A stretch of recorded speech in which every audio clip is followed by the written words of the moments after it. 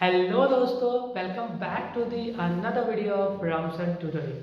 सो दोस्तों, आज का जो क्लास मैं आपके लिए लेके आया हूँ वो one of the most important class है आपके लिए। ये आपको एग्जाम में 5 to 3 मार्क्स दे के जाने वाला है। ठीक है, आज का जो क्लास होगा फुल्ली न्यूमेरिकल्स में हम लोग बात करने वाले हैं। जो हम लोगों का एचएस फाइनल ईयर का इकोनॉमिक्स के पेपर 2024 में जो इंपॉर्टेंट न्यूमेरिकल्स क्वेश्चन आता है, उन्हीं न्यूमेरिकल्स क्वेश्चन को हम लोग आज के इस वीडियो में करने वाले हैं। और आप लोगों का जो न्यूमेरिकल्स में डर होता था कि नेशनल इनकम कैसे निकालना है, मल्टीप्लायर कैसे निकलेगा, वो सब डर आज के वीडियो में मैं आपको खत्म करने वाला हूँ। तो दोस्तों, बिना किसी देरी के स्टार्ट करता हूँ आज का ये सेशन जो बहुत धांसू रहने वाला है। अगर आज का ये सेशन पसंद आए तो प्लीज दोस्तों इस वीडियो को ज्यादा से ज्यादा दोस्तों के साथ शेयर करना, लाइक करना, सब्सक्राइब करना।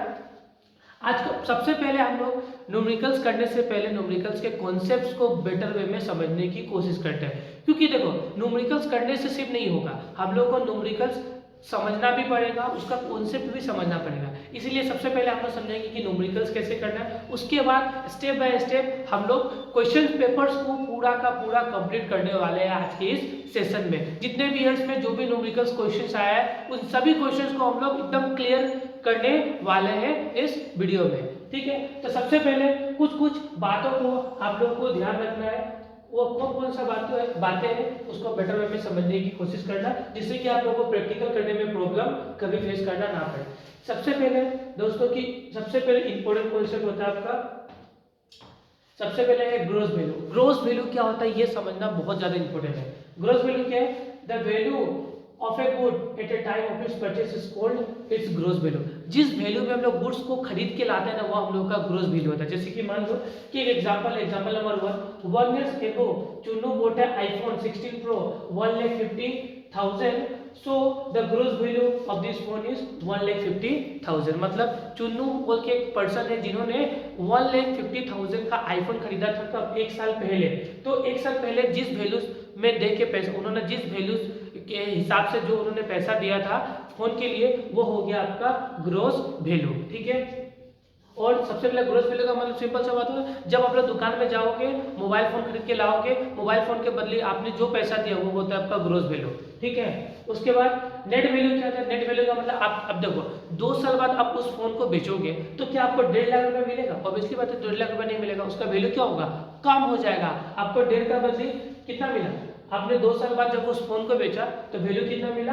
80,000 रुपीज। वो आपको होता है नेट वैल्यू। क्या होता है दोस्तों? Net value. ग्रॉस वैल्यू मतलब आपने जो फोन खरीद के लाया स्टार्टिंग में 1 साल पहले आपने जो फोन खरीद के लाया वो 1.5 लाख रुपए का फोन था, फिर 2 साल बाद आपने जो फोन को बेचा वो 80 का बेचा, मतलब उसका वैल्यू क्या हो गया? घट गया। ठीक है, तो नेक्स्ट कॉन्सेप्ट का नाम होता है डेप्रीसिएशन। जैसे जैसे आप किसी भी एसेट्स को या गुड्स को यूज करते हो तो उसका वैल्यू क्या होता है? गिरता है। तो 1,50,000 माइनस 80,000 होगा तो ये आपका निकल के आ जाएगा 70,000। ये आपका हो जाएगा डेप्रीसिएशन। डेप्रीसिएशन का मतलब क्या होता है कि डेप्रीसिएशन देखो, the difference between gross value and net value of the product is known as depreciation। मतलब gross value से जब net value को हम लोग हटा देंगे तो हम लोग को क्या मिल जाएगा? depreciation मिल जाएगा। ठीक है, in other words the decrease in the value of goods due to the passage of time it's called depreciation। मतलब आप जब गुड्स को यूज करते रहोगे ना डे बाय डे तो क्या होगा? उसका वैल्यू घटते जाएगा, तो उसी को हम लोग डेप्रीसिएशन बोलते हैं दोस्तों। तो डेप्रीसिएशन का मतलब क्या होगा? तुम्हारा एसेट्स का वैल्यू को गिरना। ठीक है, जैसे जैसे यूज करोगे सामान वैसे वैसे एसेट्स का वैल्यू क्या होगा? गिरते जाएगा। ठीक है, और ग्रोथ वैल्यू और net value, growth value minus net value, तो क्या निकल के आ जाएगा? डेप्रीसिएशन। अब कुछ कुछ बातों को याद रखो। हम लोग जब नेशनल इनकम कैलकुलेट कर रहे होंगे तो कुछ कुछ बातों को याद रखना कि डेप्रिसिएशन का बहुत सारा नाम है। जैसे आप लोगों के घर में बहुत सारा नाम होगा ना, उसी तरह डेप्रिसिएशन का भी घर में बहुत सारा नाम है। क्या क्या है तुम्हारा?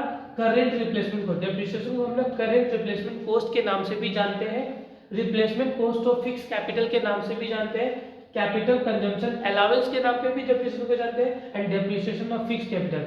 तो डेप्रिसिएशन का ये 4 नाम और प्लस ये डेप्रिसिएशन खुद एक नाम, तो टोटल 5 नाम हम लोग को याद करके रखना है कि डेप्रिसिएशन को किन किन नामों से जानते हैं? Current replacement cost, replacement cost of fix capital, capital consumption allowance and depreciation of fix capital. याद रखना। ठीक है, अब देखो एग्जाम में आप लोगों को दिया रहेगा ग्रॉस वैल्यू। तो आपको निकालना होगा नेट वैल्यू। तो ग्रोस वैल्यू दिया रहेगा, आपको निकालना है नेट वैल्यू, तो इसमें से आपको करना होगा डेप्रिसिएशन को माइनस। क्या करना होगा, ग्रोस वैल्यू दिया है और एग्जाम में आपको बोला है नेट वैल्यू निकालो भैया, तो डेप्रिसिएशन कर देना माइनस। और नेट वैल्यू दिया है आपको निकालना है ग्रोस वैल्यू, तो डेप्रिसिएशन कर देना प्लस। तो ये हो गया आपका ग्रोस वैल्यू और नेट वैल्यू का कॉन्सेप्ट। कैसे ग्रोस वैल्यू से नेट वैल्यू पहुंचना है तो डेप्रिसिएशन माइनस होगा, नेट वैल्यू से ग्रोस वैल्यू पहुंचना है तो डेप्रिसिएशन को प्लस करना होगा। ये सब कॉन्सेप्ट आपको याद रखना होगा प्रैक्टिकल करने के टाइम पे, ठीक है।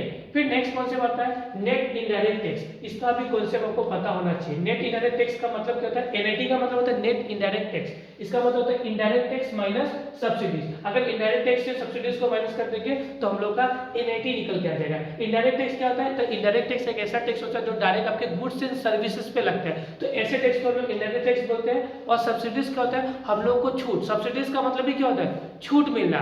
कि अगर हमको मान लो हम लोगों ने बैंक से लोन लिया, मान लो कि 10 लाख रुपए का लोन लिया हम लोग, लेट्स सपोज, तो हम लोग को मान लो बैंक को 7 लाख रुपए घुराना, 3 लाख रुपए बैंक ने क्या कर दिया, माफ कर दिया, बोला कि ये सब्सिडी है, आपको ये सब्सिडी के तौर पे मिल गया, छूट मिल गया, ठीक है। तो सब्सिडीज हम लोग को टैक्स, देखो सब्सिडीज हमेशा टैक्स को घटाएगा, सब्सिडीज हमेशा क्या होगा, टैक्स को घटाएगा, ठीक है, ध्यान रखना। और इनडायरेक्ट टैक्स तो समझ, देखो इनडायरेक्ट टैक्स होगा हमेशा बढ़ाता है। देखो indirect tax increase the price of the commodity on the market. अगर कोई भी सामान है, अगर उस पर टैक्स लग गया, उसका प्राइस क्या हो जाता है, बढ़ जाता है, ठीक है। फिर सब्सिडीज बताया मैंने आपको, सब्सिडीज प्राइस को घटाता है, ठीक है, मार्केट प्राइस को घटा देगा, ठीक है। अब नेक्स्ट है तुम्हारा factor cost and market price. ये इंपॉर्टेंट कॉन्सेप्ट है क्योंकि नेशनल इनकम निकालने के टाइम में factor cost and market price बहुत इंपॉर्टेंट रोल प्ले करता है, ठीक है। Factor cost and market price, देखो factor cost is the cost of factor of production, that is labour, capital, land and enterprise. मतलब जब जो भी गुड्स एंड सर्विसेज बनता है, ठीक है, मतलब कोई भी एक गुड्स बना, ठीक है, जब कोई भी एक गुड्स बना तो उसमें क्या क्या यूज होगा, labour, capital, land and enterprise, ठीक है। तो चारों का जो भी कॉस्ट होता है ना, सभी कॉस्ट को प्लस कर देगा तो निकल जाता है आपका factor cost. And market price मतलब एक, देखो अगर मान लो कोई सामान हम लोगों ने बनाया जिसमें 8 रुपए का, लेट सपोज सामान का दाम है 8 रुपए का, हम लोगों ने सामान बनाया, ठीक है, इसमें हम लोगों ने 2 रुपए लेबर को दे दिया, 2 रुपए लैंड को दे दिया, 2 रुपए कैपिटल का हो गया और 2 रुपए मालिक का प्रॉफिट हो गया।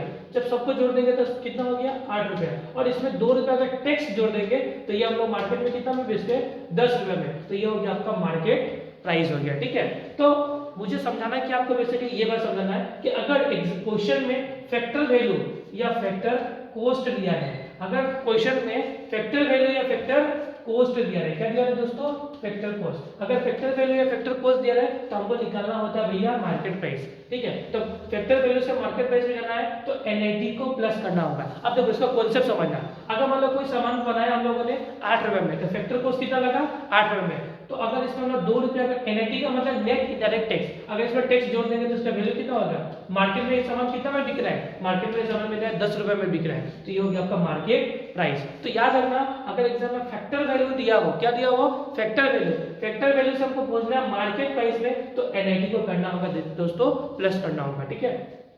और मार्केट प्राइस से फैक्टर वैल्यू में पहुंचना है तो एनआईटी को करना होगा माइनस, ठीक है। अभी ये आपको समझ में आएगा कि मैं आपको बेसिकली ये क्यों बता रहा हूँ, क्योंकि ये फॉर्मूला स्ट्रक्चर करने में आप लोगों को काम आने वाली है, ठीक है। तो ये सब बेटर वे में समझना कि अगर आपका फैक्टर वैल्यू दिया हुआ है वो पहुंचना है मार्केट प्राइस में तो एनआईटी को प्लस करना होगा, मार्केट प्राइस से फैक्टर वैल्यू में एनआईटी को माइनस करना होगा, ठीक है।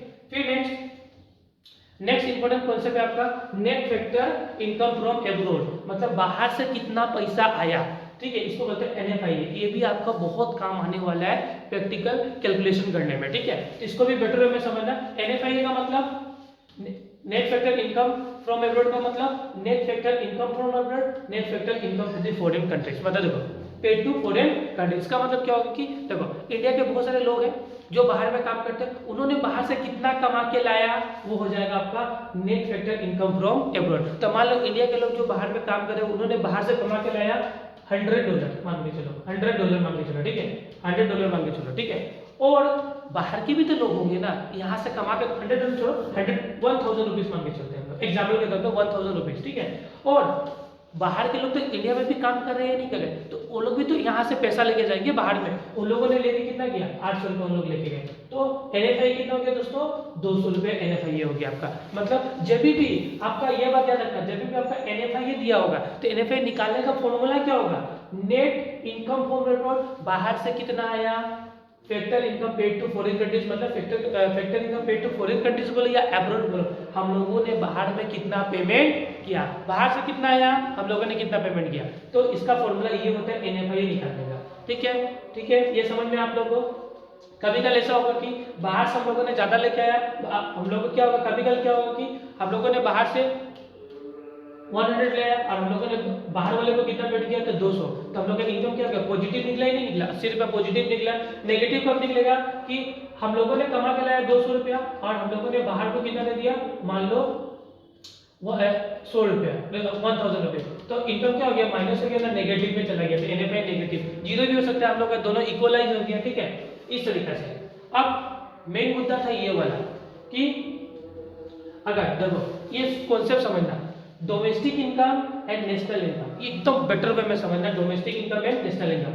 अगर डोमेस्टिक इनकम का मतलब क्या होता है, घर का इनकम। डोमेस्टिक इनकम मतलब घर के अंदर देश में जो भी लोग काम करते हैं वो डोमेस्टिक इनकम ही तो कमाते हैं। तो डोमेस्टिक मतलब इंडिया हम लोग का क्या है, घर है, क्या है, घर है। तो डोमेस्टिक इनकम मतलब घर का इनकम। और नेशनल इनकम का मतलब क्या होता है, डोमेस्टिक प्लस NFI। डोमेस्टिक मतलब घर का इनकम प्लस बाहर का इनकम, दोनों को जोड़ देंगे तो निकल जाएगा आपका नेशनल इनकम, याद रखना। और एग्जाम में याद रखना आपको, डोमेस्टिक इनकम दिया होगा, क्वेश्चन बोलेंगे भैया नेशनल इनकम निकाल के बताओ। जब क्वेश्चन डोमेस्टिक इनकम बोले नेशनल इनकम निकाल के बताओ, तो भैया आपको जोड़ देना NFI को प्लस कर देना। और NFI का तरीका बताना, NFI कैसे निकलेगा, income from abroad minus income paid to abroad. ठीक है, और नेशनल इनकम दिया रहेगा, डोमेस्टिक का पूछना होगा तो NFI को करना है आपको माइनस। ठीक है, इस तरीके से हम लोग का फॉर्मूला इस तरीके से खत्म होता है। अब देखो समझना एक बात कि फोर्थ प्लेस होता है बेसिकली, क्या क्या फोर्थ प्लेस होता है, फोर्थ प्लेस। ठीक है, फोर्थ प्लेस समझना। ठीक है, पहला प्लेस में दो चीज होगा, या तो ग्रोस होगा,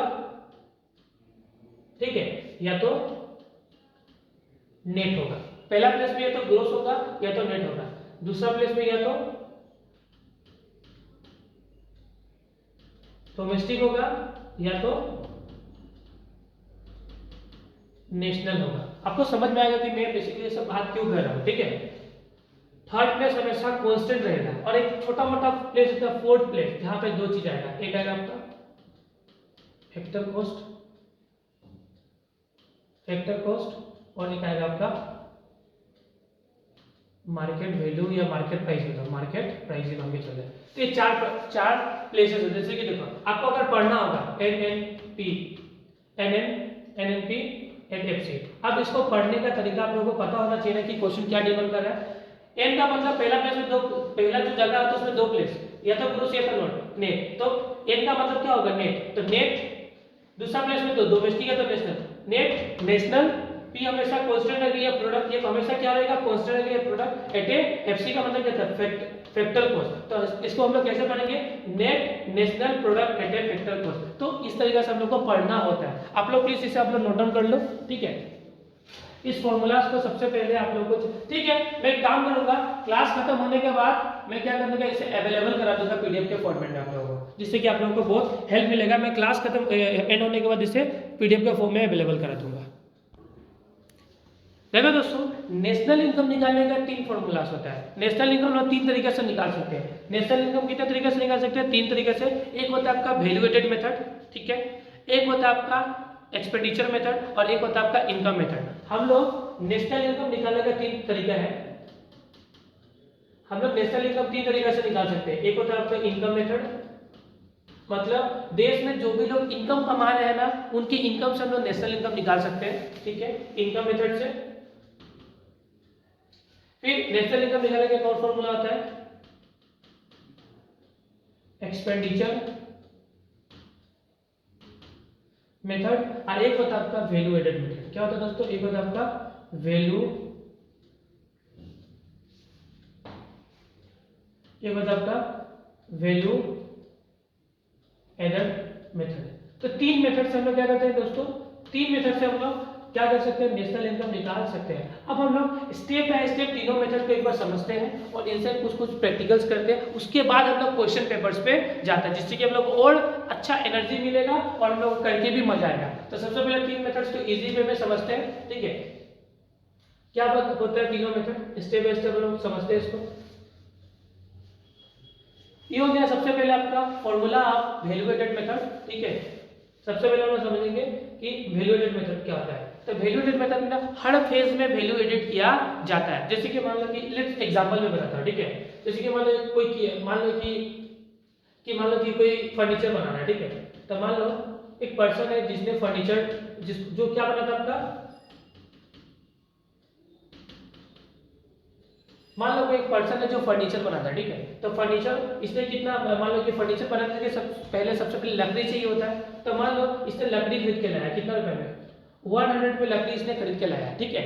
और फिर इस लकड़ी से इसने क्या बनाया, एक फर्नीचर बनाया, मान लो टेबल बनाया। क्या बनाया इसने, टेबल बनाया। और 100 लकड़ी खरीद के और इसने टेबल कितना में बनाया, टेबल बना के 1000 रुपीज में बेच दिया। इसने लकड़ी कितना में खरीद के लाया था, 100 में, और इसने टेबल को कितना में बेचा, मींस फर्नीचर को कितना में बेचा, 1000 में। मतलब इसने कितना रुपया का मेहनत किया इसमें, 900 रुपया। इसको बोलता है वैल्यू एड करना। क्या करना, वैल्यू एड करना, ठीक है। सबसे पहले मान लो कि जैसे कि चावल होता है ना, चावल कैसे बनता है आपका, क्या चाहिए होगा, चावल बनता है आपका बीज से। पहले बीज उगता है, किसान सबसे पहले बीज उगाते हैं, फिर बीज उगता है, फिर उससे क्या होगा, धान में कन्वर्ट होता है, फिर धान आता है आपका मिल में, मिल क्या करता है, उसे चावल में कन्वर्ट करता है। तो इस तरीके से हर फेज में कोई ना कोई आदमी उसमें क्या करता है, काम करता है, उसमें कुछ ना कुछ क्या करता है, वैल्यू एड करता है, ठीक है। तो उसी को हम वैल्यू एडेड मेथड बोलते हैं, ठीक है। अब देखो वैल्यू एडेड मेथड से हम लोग को नेशनल इनकम कैसे निकालिए समझना, ठीक है।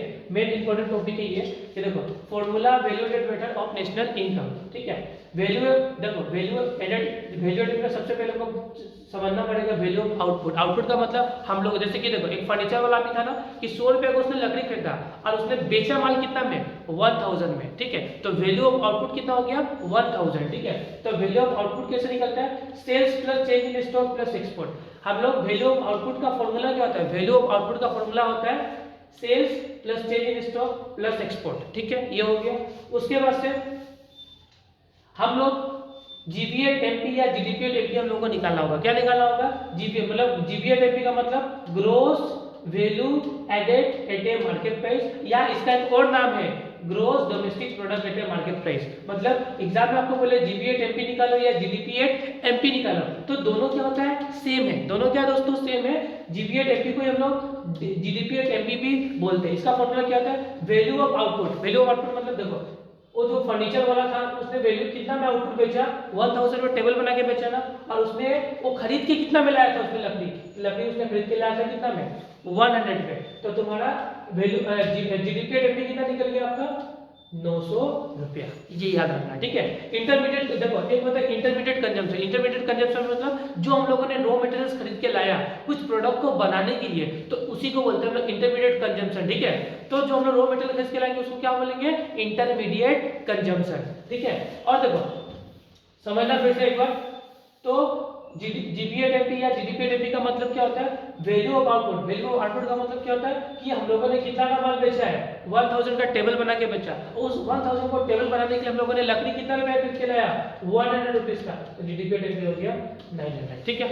उसके बाद से नेशनल, देखो नेशनल इनकम का मतलब क्या होता है, सबसे पहले समझो नेशनल इनकम क्या होता है। तो नेशनल इनकम को हम लोग कैसे पढ़ते हैं, एनएनपीएफसी। एनएनपीएफसी मतलब पहला प्लेस में दो चीज ग्रोस या नेट, तो नेट हो गया। दूसरा प्लेस में डोमेस्टिक या नेशनल, तो ये नेशनल हो गया। पी हमेशा कांस्टेंट रहेगा, और एफसी मतलब फैक्टर कॉस्ट, मतलब net national product at A factor cost. इसी को बोलते हैं नेशनल इनकम, मतलब देश का इनकम। ये हम लोग कैसे निकाले, देखो अभी मेन मुद्दा बताने के क्या था समझना मेरा, ठीक है। देखो याद रखना कि नेशनल इनकम तीनों मेथड से निकालोगे तो नेशनल इनकम तीनों मेथड से सेम आएगा। क्या होगा दोस्तों, नेशनल इनकम अगर तीनों मेथड से निकालोगे तो हमेशा नेशनल इनकम सेम आने वाला है, कुछ भी चेंज नहीं होगा। अभी देखो सबसे पहले तुम लोग निकालोगे जीडीपी एमपी, तुमको निकालना क्या होगा, जीडीपी एमपी। तो जीडीपी एट एमपी बोलो, या भैया जीवीए एट एमपी बोलो। इसका फॉर्मूला क्या होता है, value of output minus IC मतलब इंटरमीडिएट कंजम्पशन, ये होगा। अब सबसे पहले तुम लोग जीडीपी और एमपी निकालोगे, इसका बाद आपको निकालना होगा नेशनल इनकम। नेशनल इनकम को हम लोग क्या बोलते हैं, एनएनपीएफसी। नेशनल इनकम का फॉर्मूला क्या होता है, तो नेशनल इनकम का सिंबल क्या होता है, एनएनपीएफसी, याद रखना। नेशनल इनकम को हम लोग बोलते हैं एनएनपीएफसी। अब देखो जीडीपी फॉर्मूला स्ट्रक्चर करने सीखो भैया, फॉर्मूला स्ट्रक्चर करना बहुत इंपॉर्टेंट है। हमको क्या निकालना है, हमको क्वेश्चन बोलेगा कि भैया आप नेशनल इनकम निकालो, एनएनपीएफसी निकालो। क्या निकालना, NNP8 FC निकालना। तो फॉर्मूला कैसे बनता है ये सबसे इंपॉर्टेंट है सीखना। देखो सबसे पहले तुम लोग क्या करोगे कि तुम लोग को कोई कुछ देखो, इनकम मेथड बोलो चाहे एक्सपेंडिचर मेथड बोलो चाहे वैल्यू एडेड मेथड बोलो, सबसे पहले उसका मेन चीज क्या निकलता है उसका, जैसे कि वैल्यू एडेड मेथड का सबसे पहले हम लोग निकालेंगे GV8MP या GDP8MP। इसके बिना कभी भी नेशनल इनकम निकाल नहीं पाओगे। तो इस मेथड में सबसे पहले हमको GV8MP या GDP8MP निकालना होगा, और GDP8MP सबसे पहले तुम लोग इजी वे में निकाल लोगे, कोई प्रॉब्लम नहीं होगा। जब GDP8MP हम लोग का निकल जाएगा तब हमको निकालना होगा नेशनल इनकम। क्या निकालना होगा दोस्तों, तब हमें निकालना होगा नेशनल इनकम।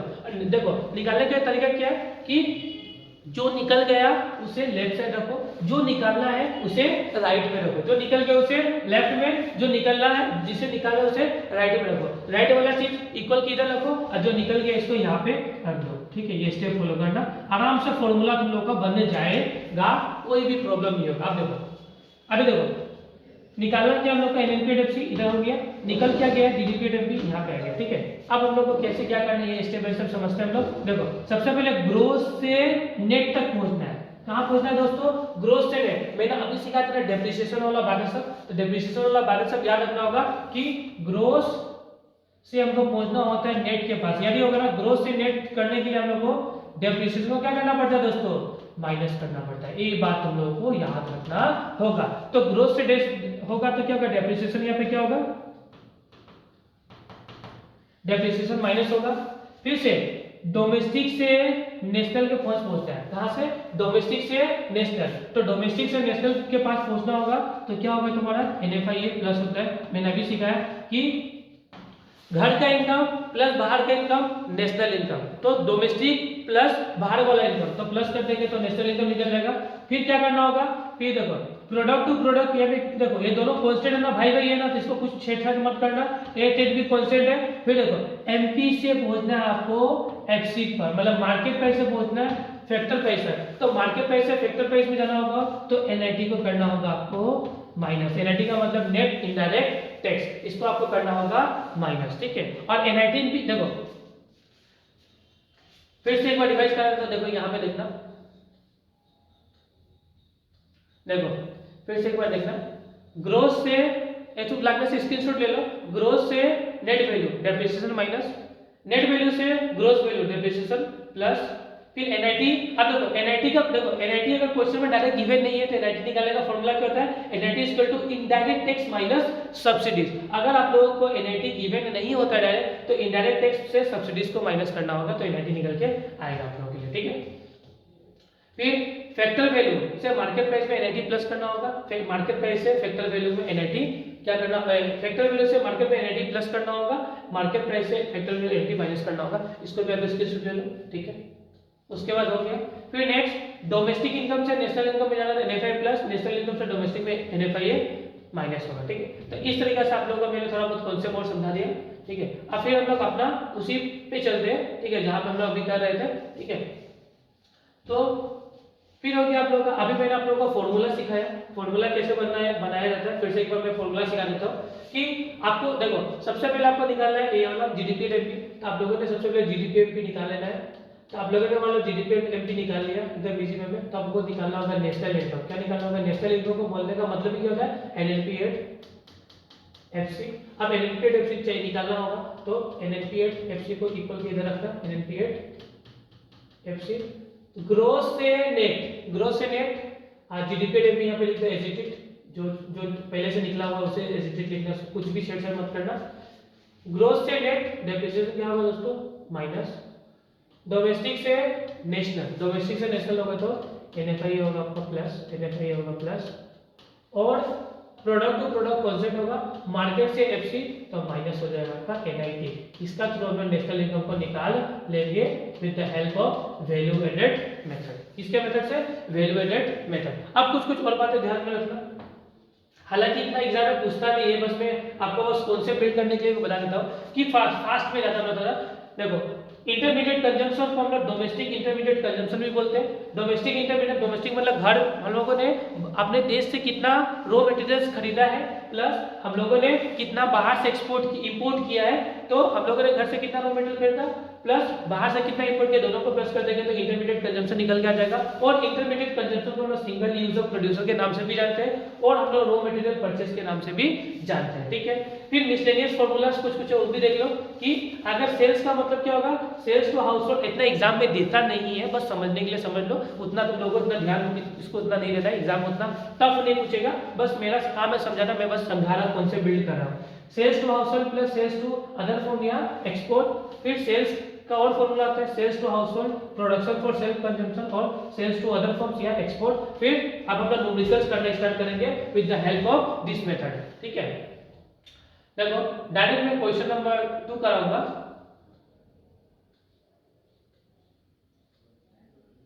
मान लो देखो ये क्वेश्चन है ना, एग्जाम में बोला क्या बोला, देखो सबसे पहले क्वेश्चन नंबर 1 देखो क्या बोला है, एग्जाम में बोला कि भाई gross value added at market price निकालो। क्या निकालो, gross value added at market price मतलब जीवीए एट एमपी निकालो। क्या निकालो, जीवीए एट एमपी, जिसका फॉर्मूला मैंने भी सिखाना, क्या होता है जीवीए एट एमपी, वो होता है वैल्यू, क्या होता है दोस्तों, value of output minus IC मतलब इंटरमीडिएट कंजम्पशन, ठीक है। तो वैल्यू ऑफ आउटपुट चाहिए होगा आपको, देखो वैल्यू ऑफ आउटपुट का मतलब देखो डोमेस्टिक सेल्स, सेल्स का मतलब क्या होता है आउटपुट, तो डोमेस्टिक सेल्स कितना किया हम लोगों ने, देखो डोमेस्टिक सेल्स और एक्सपोर्ट जो हम लोगों ने किया, एक्सपोर्ट का मतलब भी क्या होता है सेल्स ही होता है ना। तो देखो सबसे पहले आपको निकालना होगा वैल्यू ऑफ आउटपुट, ये कैसे निकलेगा समझना मेरा बात, वैल्यू ऑफ आउटपुट ये आपको निकालना होगा, ठीक है। तो वैल्यू ऑफ आउटपुट का मतलब क्या होता है आपका डोमेस्टिक सेल्स, इंडिया में हम लोगों ने कितना बेचा 2 लाख रुपया, फिर इंडिया के बाहर हम लोगों ने कितना बेचा 10,000 रुपीज, तो हम लोगों का टोटल सेल्स कितना हो गया 2,10,000 रुपया, ठीक है। और सिंगल यूज ऑफ प्रोड्यूसर को ये हम लोग क्या बोलते हैं, आईसी बोलते नहीं बता, अभी मैंने बताया आप लोगों को, तो हम लोग का क्या निकल कर देगा जीवीए एट एमपी बोल दो या जीडीपी एट एमपी बोल दो, दोनों का मतलब सेम ही होता है। तो वैल्यू ऑफ आउटपुट कितना हो गया 2 लाख आपका 10,000 रुपया और आईसी कितना हो गया आपका 1,20,000 रुपया, कितना का माइनस कर देंगे 1,20,000 रुपया, ठीक है। तो इस तरीके से हम लोग का क्या होगा आंसर हम लोग बना सकते हैं बिना किसी प्रॉब्लम से, ठीक है। तो कितना हो जाएगा यहाँ पे 90,000 हो जाएगा, ठीक है।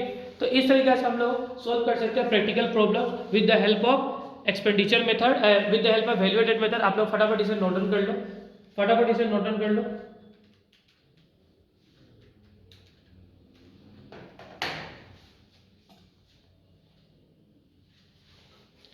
फिर देखो ये तो सिंपल सा था, इजी था। अब देखो नेक्स्ट एक क्वेश्चन कराऊंगा जो और मजा क्वेश्चन आएगा आप लोगों को करके। देखो इसमें आप लोगों को 2 चीज बोला निकालने के लिए, ठीक है। इसे बेटर वे में समझना, इसे मैं थोड़ा सा अच्छे से करा के दूंगा आप लोगों को। देखो calculate gross value added at market price या national income from the following data. इसमें 2 चीज बोला आप लोगों को निकालने के लिए। एक तो बोला सबसे पहले gross value added at market price निकालो, मतलब सबसे पहले आप निकाल के बताओ जीडीपी एट एमपी निकाल के बताओ। सबसे पहले मैं क्वेश्चन आपसे ये डिमांड किया, तो सब नेशनल इनकम को बाद में करते हैं, सबसे पहले ये तो निकालते हैं। इसका फॉर्मूला क्या होता है value of output value output minus IC, IC मतलब इंटरमीडिएट कंजम्पशन, ये निकालना होगा। तो सबसे पहले हमको चाहिए होगा भैया value of output, value of output चाहिए होगा, समझ में आया बात, वैल्यू ऑफ आउटपुट। तो वैल्यू ऑफ आउटपुट का फॉर्मूला क्या है, वैल्यू ऑफ आउटपुट कितना है, देखो वैल्यू ऑफ आउटपुट लिखा हुआ है प्राइमरी सेक्टर, मतलब हम प्राइमरी सेक्टर को हम लोगों ने कितना बेचा, सेकेंडरी सेक्टर को हम लोगों ने कितना बेचा, टर्शियरी सेक्टर को हम लोगों ने कितना बेचा। तो तीनों को प्लस कर देगा, प्राइमरी सेकेंडरी, देखो वैल्यू ऑफ आउटपुट ये तीनों को प्लस कर देगा, primary sector secondary sector tertiary तीनों को जोड़ दो। तो 900 प्लस 300, 900 प्लस 300 अब प्लस 400, तो कितना हो जाएगा हम लोग का ये हो जाएगा आपका 1600, कितना हो जाएगा हम लोग का वैल्यू आउटपुट कितना निकल के आ गया हम लोग का, ठीक है। तो जीडीपी रेट भी हो गया हम लोग का वैल्यू आउटपुट माइनस आईसी, तो वैल्यू आउटपुट हो गया 900 300 400 1600 हो गया। फिर हम लोग को निकालना होगा आईसी, आईसी मतलब इंटरमीडिएट कंजम्पशन। हम लोगों ने रॉ मटेरियल्स कहां से परचेस किया, तो हम लोगों ने प्राइमरी सेक्टर से रॉ मटेरियल परचेस किया 200, सेकेंडरी सेक्टर से परचेस किया 100 का 100 का, एंड टर्शियरी सेक्टर से कि कितना 100 का, तो कितना हो गया हम लोगों का 200 300 400 हो गया। कितना हो गया दोस्तों 400। हम लोग को चाहिए जीडीपी एट एमपी। क्या चाहिए दोस्तों जीडीपी एट एमपी। तो फॉर्मूला क्या होता है value of output. Value of output कितना हो गया 1600 और आईसी कितना हो गया 400। मतलब हम लोग का कितना हो गया GDP at MP. GDP at MP बोलो या दोस्तों जीबीए एट एमपी बोलो, दोनों का मतलब देखो यहाँ पे क्वेश्चन बोला ना जीबीए एट एमपी। देखो यहाँ पे क्वेश्चन क्या बोला gross value added at market price बोलो, तो देखो जीडीपी एट एमपी को हम लोग किसके नाम से भी जानते हैं जीबीए एमपी। दोनों का मतलब सेम होता है। फिर से मैं बता रहा हूँ कि gross value added at market price बोलो उसको लोग जीडीपी एट एमपी भी बोल सकते हैं। ठीक है, तो हम लोग का कितना हो गया वैल्यू कितना हो गया हम लोग का जीडीपी या जीबीए एट एमपी 1200 हो गया। कितना हो गया दोस्तों 1200 हो गया। ठीक है, फिर हम लोग नेक्स्ट हम लोग को क्या करना जीडीपी एट एमपी हम लोग आ गया जीडीपी एट एमपी आ गया। देखो हम लोग को निकालना क्या होगा नेशनल इनकम। क्या निकालना दोस्तों एनएनपी एट एफसी निकालना है मेरे दोस्तों। तो देखो हम लोगों ने क्या निकाली है जीडीपी एट एमपी निकाली है। हम लोगों ने क्या निकाली है जीडीपी एट एमपी। हम लोग को निकालना है एनएनपी एट एफसी। तो ग्रोस से नेट क्या होगा हम लोग का माइनस डेप्रिसिएशन डोमेस्टिक से national plus NF IA P to P constant MP से एफसी क्या होगा माइनस एनआईटी। तो इस तरीके से हम लोग फॉर्मूलाज बना सकते हैं। जीडीपी एट हम लोग आ गया ना 1200, यहाँ पे लिख डालो 1200। फिर डेप्रिसिएशन देखो दिया हुआ क्वेश्चन। तो देखो डेप्रिसिएशन का बहुत सारा नाम मैंने बताया था ना, तो consumption of fixed capital of all sector कितना। देखो डेप्रिसिएशन का मैंने बहुत सारा नाम बताया आप लोगों को। तो डेप्रिसिएशन को हम लोग कंजम्पशन ऑफ फिक्स्ड कैपिटल के नाम से भी जानते हैं। वो कितना हम लोग का 80 है। कितना दोस्तों हम लोग का डेप्रिसिएशन हो गया आपका 80। ठीक है, उसके बाद नेक्स्ट चाहिए होगा आपको एनएफआईए। क्या चाहिए होगा एनएफआईए। अब देखो एनएफआईए क्या होता है फैक्टर इनकम फ्रॉम अब्रॉड। बाहर से हम लोगों ने कितना लाया और बाहर को हम लोगों ने कितना पेड किया, तो ये निकालना होगा। देखो factor income receive by the resident from the rest of the world. तो जो भी हम लोग का देश का नागरिक है उन्होंने बाहर से कितना कमा के लाया उन्होंने बाहर से कमा के लाया 10 रुपया। ठीक है, और factor income paid to non resident ठीक है वो हो जाएगा आपका 20 रुपया। हम लोगों ने बाहर को पेमेंट किया 20 रुपया, हालांकि हम लोग कमा कर हम लोगों ने लाया 10 रुपया, तो 10 माइनस 20 हो गया। फिर क्या होगा आपका माइनस एनआईटी। एनआईटी निकाला होगा, तो एनआईटी दिया हुआ है क्या देखो इनडायरेक्ट टैक्स दिया होगा। नेट इनडायरेक्ट टैक्स नहीं देकर रखा हुआ, ओनली क्या देकर हुआ इनडायरेक्ट टैक्स देकर रखा हुआ। तो इनडायरेक्ट टैक्स हम लोग को चाहिए होगा एनआईटी। एनआईटी का फॉर्मूला मैंने क्या बताया था नेट इनडायरेक्ट टैक्स निकालना है, तो इनडायरेक्ट टैक्स माइनस सब्सिडीज। तो इनडायरेक्ट टैक्स कितना आपका 100 और आपका सब्सिडीज कितना है 20। सॉरी इनडायरेक्ट टैक्स आपका 50 है। इनडायरेक्ट टैक्स कितना दोस्तों इनडायरेक्ट टैक्स आपका 50 एंड सब्सिडीज कितना हो गया आपका देखो लास्ट में लिखा है सब्सिडीज कितना 20, तो 20 हो गया। ठीक है, तो इस तरीके से हम लोग का कितना हो गया आपका यहाँ पे होगा 1200, यहाँ पे होगा 80, यहाँ पे होगा माइनस का 10 और यहाँ पे हो जाएगा आपका कितना 30 माइनस का 30। ठीक है, तो तीनों हम लोग का माइनस ही होने वाला है, तो आंसर हो जाएगा आपका 1080। ये आपका नेशनल इनकम निकल जाएगा with the help of the expenditure with the help of valuated method. इसे फटाफट आप लोग नोट डाउन कर लो। अब जो सेकंड मेथड है आप लोग का वो मेथड है इनकम मेथड। अब इनकम मेथड से हम लोग को नेशनल इनकम कैसे निकालना है, अब हम लोग ये सीखेंगे कि इनकम मेथड से हम लोग को नेशनल इनकम कैसे कैलकुलेट करना होगा। तो इनकम मेथड से नेशनल इनकम निकालना एकदम इजी होता है। अब देखो इनकम मेथड मतलब देश में जो भी लोग काम कर रहे हैं ठीक है उन सभी लोगों के इनकम को अगर जोड़ देंगे तो हम लोग का national income with the help of income method निकल के आ जाएगा। अब एक देश में कौन कौन लोग काम करेंगे, या तो किसी फैक्ट्रीज वगैरह में करेंगे तो वहां से क्या मिलेगा उन लोगों को वहां से मिलेगा। जब ये समझना अगर मान लो कि कोई भी वर्कर है अगर किसी फैक्ट्रीज वगैरह में काम करते हैं उसको मिलता है कंपनसेशन। क्या मिलता है कंपनसेशन मतलब सीओई। क्या मिलता है दोस्तों कंपनसेशन ऑफ एम्प्लॉय। अब उन लोगों को सैलरी क्या क्या मिल सकता है, पहला बात वेजेस एंड सैलरी मिल सकता है। ठीक है, फिर वेजेस देखो wages and salary in case अगर मान लो कि मैं किसी दुकान में काम करता हूँ या मैं दुकान छोड़ो मैं किसी कंपनी में काम करता हूँ प्रोडक्शन यूनिट्स में काम करता हूँ, तो मान लो कि मैं किसी मैगी बनाने वाला कंपनी में काम करता हूँ, तो मैगी बनाने वाला कंपनी मुझे क्या देगी पैसा देगी सैलरी देगी या वेजेस देगी, तो वो मुझे कैश में दे सकती है। क्या दे देगी केस में, तो मान लो उसने मुझे कितना 10,000 रुपीज केस में क्या दे दिया सैलरी वेजेस दे दिया। ठीक है, फिर वेजेस एंड सैलरी काइंड। अब देखो मैं मैगी बनाने वाला कंपनी में काम करता हूँ तो उसने मुझे 10,000 का सैलरी क्या किया केस में दिया पैसा में दिया, और उसने क्या किया पता है कि और 5,000 का और सैलरी दिया, लेकिन 5,000 का उसने क्या दिया मैगी दे दिया मुझे, तो कितना हो गया मेरा इतना हो गया। ठीक है, और plus employers contribution to the social security scheme, मतलब कि मेरा जो भी पीएफ वगैरह कटेगा ना तो पीएफ वगैरह में भी कुछ पैसा काट के रख लिया उसने, मान लो कि 2000 रुपीज, तो मेरा सैलरी कितना हो गया टोटल 17,000 रुपीज। इस तरीके से होता है कंपनसेशन ऑफ एम्प्लॉय। फिर और इनकम कैसे कमाते हैं देश के लोग, रेंट एंड रॉयल्टी, अपने प्रॉपर्टी या अपने जमीन को रॉयल्टी या रेंट में देके वहां से पैसा कमाएंगे तो वो भी आपका इनकम हो जाएगा। फिर इंटरेस्ट, जो भी प्रॉपर्टी वगैरह या लोन्स वगैरह के बदले में जो इंटरेस्ट लेते हैं वो भी उनका हो जाएगा। फिर प्रॉफिट, प्रॉफिट का मतलब कि मान लो कि मेरा एक बिजनेस है, मेरा कंपनी, मैं कंपनी से क्या कमाऊंगा, ऑब्वियसली बात है प्रॉफिट कमाऊंगा, तो प्रॉफिट भी नेशनल इनकम में काउंट होगा। मतलब rent plus interest plus profit plus कम सीओई, ठीक है। फिर अब देखो प्रॉफिट में तीन चीज रहता है। प्रॉफिट में क्या रहेगा, एक रहेगा corporate income tax, dividend and retain earning. मतलब जो भी एक कंपनी प्रॉफिट कमाती है ना, याद रखना, जब भी एक कंपनी, कोई भी मान लो कि कंपनी ने प्रॉफिट कमाया 1 लाख रुपीस, ठीक है, मान के चलते हैं, तो इसमें उसने कॉर्पोरेट टैक्स उसको देना होगा, उसको डिविडेंड देना होगा, मतलब कंपनी जो भी ओनर्स होंगे उसको पैसा बांटना होगा, और प्लस कुछ पैसा फ्यूचर के लिए भी सेव करना होगा। तो याद रखना प्रॉफिट तीन चीजों से बना होता है, corporate tax plus dividend plus retain earning. फिर से रिकॉल कर लो कि प्रॉफिट तीन चीजों से बना होगा, कॉर्पोरेट टैक्स, डिविडेंड और रिटेन अर्निंग, ठीक है।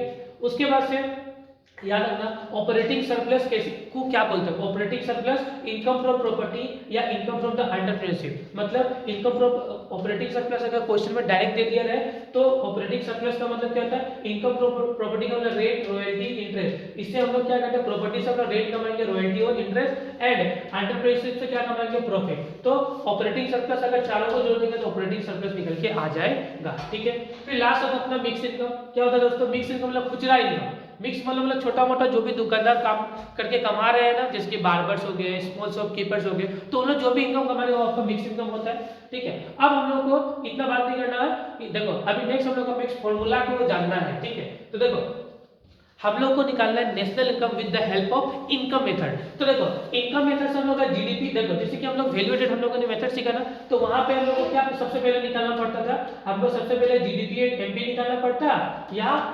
जीवीए एंड एमपी निकालना पड़ता था। उसके बाद हम लोग को नेशनल इनकम निकालना पड़ता था ना, एनएनपी एंड एफसी। लेकिन जब हम लोग करेंगे इनकम मेथड, क्या करेंगे दोस्तों, इनकम मेथड, तो हम लोग को जीडीपी एमपी निकालना नहीं है, एनएनपी एफसी निकालना है, हम लोग को क्या निकालना है, हम लोग को जीबीएड एमपी या जीडीपी एमपी निकालना नहीं है। सबसे पहले हमको निकालना पड़ेगा एनडीपी एंड एफसी। एनडीपी मतलब नेट, डी मतलब डोमेस्टिक, ठीक है, प्रोडक्ट एट एफसी मतलब फैक्टर कॉस्ट। हमको निकालना पड़ेगा net domestic product eight factor cost, लोगों ने घर में रह के कितना कमाया है, डोमेस्टिक इनकम मतलब घर का इनकम कितना हुआ, नेट इनकम कितना हुआ, ठीक है। तो ये हो जाएगा आपका एनडीपी एट एफसी। अब एनडीपी एट एफसी कैसे निकलेगा दोस्तों, समझिए, अभी मैंने समझाया ना, COE compensation of employee, wages and salary in cash plus wages and salary in kind plus employers contribution to the social security scheme. अगर तीनों को जोड़ देंगे निकल जाएगा आपका सीओई। फिर रेंट, इसमें प्लस कर देंगे रेंट, इसमें प्लस कर देंगे रॉयल्टी, इसमें प्लस कर देंगे इंटरेस्ट, इसमें प्लस कर देंगे प्रॉफिट, इसमें कर देंगे मिक्स इनकम, तो हम लोग का एनडीपी एंड एफसी आ जाएगा। और प्रॉफिट में भी तीन चीज था ना, प्रॉफिट में कितने कौन कौन सी था, corporate tax plus dividend plus retain earning, ये तीनों को जोड़ देंगे तो प्रॉफिट निकल के आ जाएगा, सिंपल, ठीक है। और सीओई में तीन चीज था, wages and salary in kind, wages and salary in cash and employees contribution to the social security scheme. तो सीओई में तीन और प्रॉफिट में तीन, बाकी सब में सिंगल सिंगल, ठीक है। तो इस तरीके से अब जब हम लोग का N D P and FC निकल के आ गए मेरे दोस्तों, तो आपको क्या निकालना होगा, नेशनल इनकम। क्या निकालना होगा, नेशनल इनकम क्या होता है, एनएनपी एंड एफसी। तो एनएनपी एंड एफसी, तो देखो नेशनल इनकम हमेशा एनएनपी एंड एफसी ही होने वाला है, याद रखना, ठीक है। तो आप सबसे पहले इनकम मेथड में क्या निकालोगे, एनडीपी एंड एफसी निकालोगे, ठीक है। तो हमको अभी एनडीपी एंड एफसी से हमको क्या चाहिए होगा, एनएनपी एट एफसी। इसमें भी सेम हमको निकालना क्या चीज है, एनएनपी एट एफसी निकालना है। हम लोगों ने निकाला क्या अभी तक, एनडीपी एट एफसी निकाला, हम लोगों ने क्या निकाला है, एनडीपी एट एफसी हम लोगों ने निकाला। सेम फॉर्मूला, जिसको निकालना है उसको आपको रखना होगा लेफ्ट में, जो निकल गया उसको लिखना है राइट में, NNP at NDP at FC, ये होगा राइट में। अब देखो एन से एन कांस्टेंट, कुछ भी चेंजेस नहीं, डी से नेशनल, देखो डोमेस्टिक है ना, डोमेस्टिक से नेशनल, मतलब डी से हमको जाना होता है नेशनल के बाद, तो हमको एनएफआई क्या करना होता है दोस्तों, प्लस करना होता है। एनएफआई क्या होगा हम लोग का, प्लस हो गया, एनएफआई क्या हो गया हम लोग का, प्लस हो गया।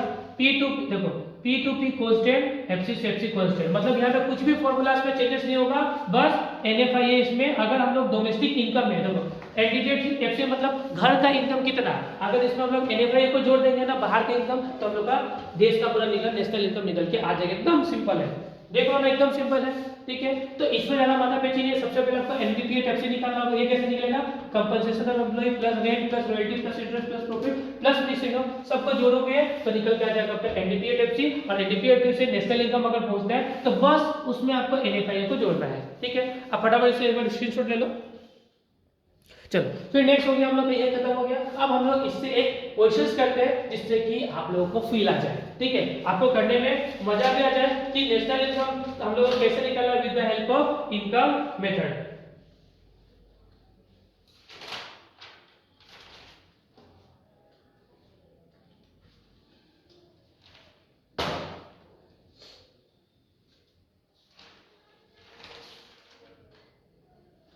देखो हम लोग करेंगे क्वेश्चन नंबर 2। क्या करेंगे दोस्तों, हम लोग करेंगे क्वेश्चन नंबर 2। अब क्वेश्चन नंबर 2 में क्या बोला है, calculate national income from the income method. किससे निकालना है हम लोग को, हमको नेशनल इनकम निकालना है, तुम्हारा इनकम मेथड से हम लोग को कैसे निकालना है। तो देखो कंपनसेशन ऑफ एम्प्लॉय देके रखा हुआ है, प्रॉफिट देके रखा हुआ है, ऑब्वियसली बात है, रेंट देके रखा हुआ है, इंटरेस्ट देके रखा हुआ है दोस्तों, मिक्स इनकम भी देके रखा हुआ है, ठीक है। अब देखो हम लोग को चाहिए होता है एंड, सबसे पहले इनकम मेथड में चाहिए होगा NDP at FC.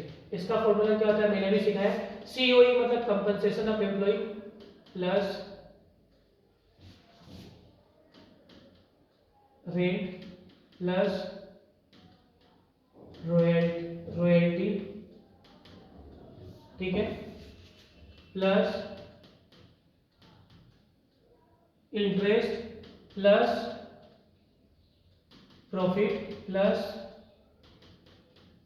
Mix income. ये चीज चाहिए होता है हम लोगों को, ठीक है। अब हम लोग एनडीपी एफसी निकालते हैं पूरा कॉन्सेंट्रेट के साथ। एनडीपी एट एफसी सबसे पहले कंपनसेशन एम्प्लॉय देके रखा हुआ है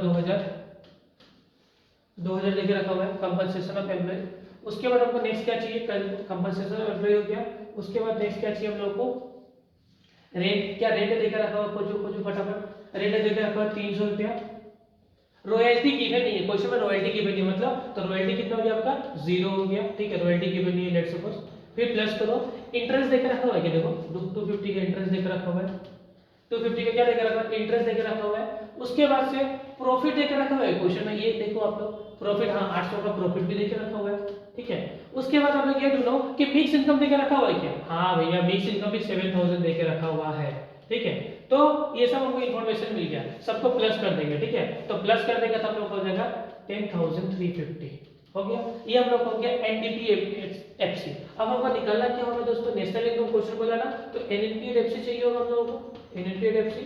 इसका फॉर्मूला क्या होगा, एनडीपी मतलब घर का इनकम, और बाहर के इनकम को क्या बोलते हैं, एनएफआईए। तो बाहर के इनकम को जोड़ दो तो हम लोग का निकल के आ जाएगा आंसर, ठीक है। तो घर का इनकम कितना हो गया बच्चों लोग 10350 अब प्लस एनएफआई। आप देखो एनएफआई में दो चीज, इनकम फ्रॉम अब्रॉड, बाहर से कितना हम लोगों ने लाया है, खोजो बाहर से मिल रहा है क्या। देखो ट्रांसफर इनकम एक होता है ना, net current transfer to abroad, तो ट्रांसफर इनकम हम लोग नेशनल इनकम में अकाउंट नहीं करते। जहां भी वर्ड ये ट्रांसफर देखो ना, वहां पे ये सोचना मत कि ये एनएफआई है, ये एनएफआई नहीं है, ट्रांसफर इनकम है। ट्रांसफर इनकम एक ऐसा इनकम होता है जो बिना मेहनत के मिलता है, तो ये हम लोग नेशनल इनकम अकाउंट दोस्तों नहीं करते, तो ये नहीं होगा, ठीक है। अब देखो ये देखो net factor income to abroad, income to abroad मतलब हम लोगों ने पेड किया कितना रुपया, 80 रुपया हम लोगों ने पेड किया है, ठीक है। अब होता है ना बाहर से कितना आया, तो देखो क्वेश्चन में बाहर से कितना आया ये गिवन है, तो बाहर से कुछ भी नहीं आया है, लेकिन बाहर वाले को हम लोगों ने 80 रुपया हम लोगों ने पेड किया, ठीक है। बाहर वाले को हम लोगों ने 80 पेड किया, लेकिन बाहर से हम लोगों को कुछ नहीं है, तो आंसर हो गया 10,270। तो ये हो गया हम लोग का इनकम मेथड से का सॉल्यूशन। फटाफट इसे भी आप लोग स्क्रीनशॉट या नोट डाउन कर लो। फिर अब हम लोग डायरेक्ट क्वेश्चन पेपर पे आ जाते हैं। हम लोग का पास्ट ईयर्स में जो भी क्वेश्चंस आया हुआ है, अब हम उन्हीं सभी क्वेश्चंस को करेंगे और एक्सपेंडिचर मेथड में लास्ट में बता के जाऊंगा। सबसे पहले इंपॉर्टेंट क्वेश्चन, ये जो भी इंपॉर्टेंट क्वेश्चन है सब पास्ट ईयर में आए हुए हैं, 2015 से मैंने स्टार्ट किया हुआ है। 2015 से कौन कौन से क्वेश्चन है आप लोग बेटर वे में समझने की कोशिश करना। सबसे पहले क्वेश्चन आया हुआ है, from the following data find out the personal income and the personal disposable income. हमको पर्सनल इनकम निकालना होगा एंड पर्सनल डिस्पोजेबल इनकम निकालना होगा। अब पर्सनल इनकम क्या, पर्सनल डिस्पोजेबल इनकम क्या, इससे पहले वाले मैंने जो वीडियो एग्जाम के लिए बनाए हुए हैं उसमें जाकर देखो आप लोग कि मैंने आप लोगों को personal income and personal disposable income समझाया हुआ है कि ये क्या होता है। अब ये निकालना है तो ये निकालना एकदम ईजी हो जाता है आप लोगों को। सबसे पहले एनडीपी एफसी देकर रखा हुआ है क्वेश्चन में, फिर net factor income from abroad, undistributed profit, corporate tax, interest received by the household, interest paid by the household, transfer income and personal tax, ये देकर रखा हुआ है। सबसे पहले हम लोग को पर्सनल इनकम निकालना है, पर्सनल का खुद का इनकम। ठीक है, पर्सनल इनकम का फॉर्मूला क्या होगा समझना। Personal income is equal to, personal income कैसे निकलता है, N D P at F C plus N F I A. N F I का मतलब net factor income from abroad, N F I A net factor income from abroad, फिर plus होगा undistributed profit, minus करना होगा, फिर plus होगा एक और चीज, कौन सा वाला, interest receive by the household plus interest receive bye house hold. Interest receive bye house hold क्या होगा आपका, ये हो जाएगा तो बड़ा, ठीक है। फिर ये हो गया इंटरेस्ट अनडिस्ट्रीब्यूटेड प्रॉफिट हो गया, फिर नेक्स्ट हो गया आपका ट्रांसफर इनकम भी होगा प्लस ट्रांसफर इनकम। देखो ये नेशनल इनकम नहीं है, पर्सनल डिस्पोजेबल इनकम है, इसलिए इसमें ट्रांसफर इनकम को ऐड किया जा रहा है। ठीक है, फिर माइनस होगा आपका, माइनस क्या होगा आपका, कॉर्पोरेट टैक्स,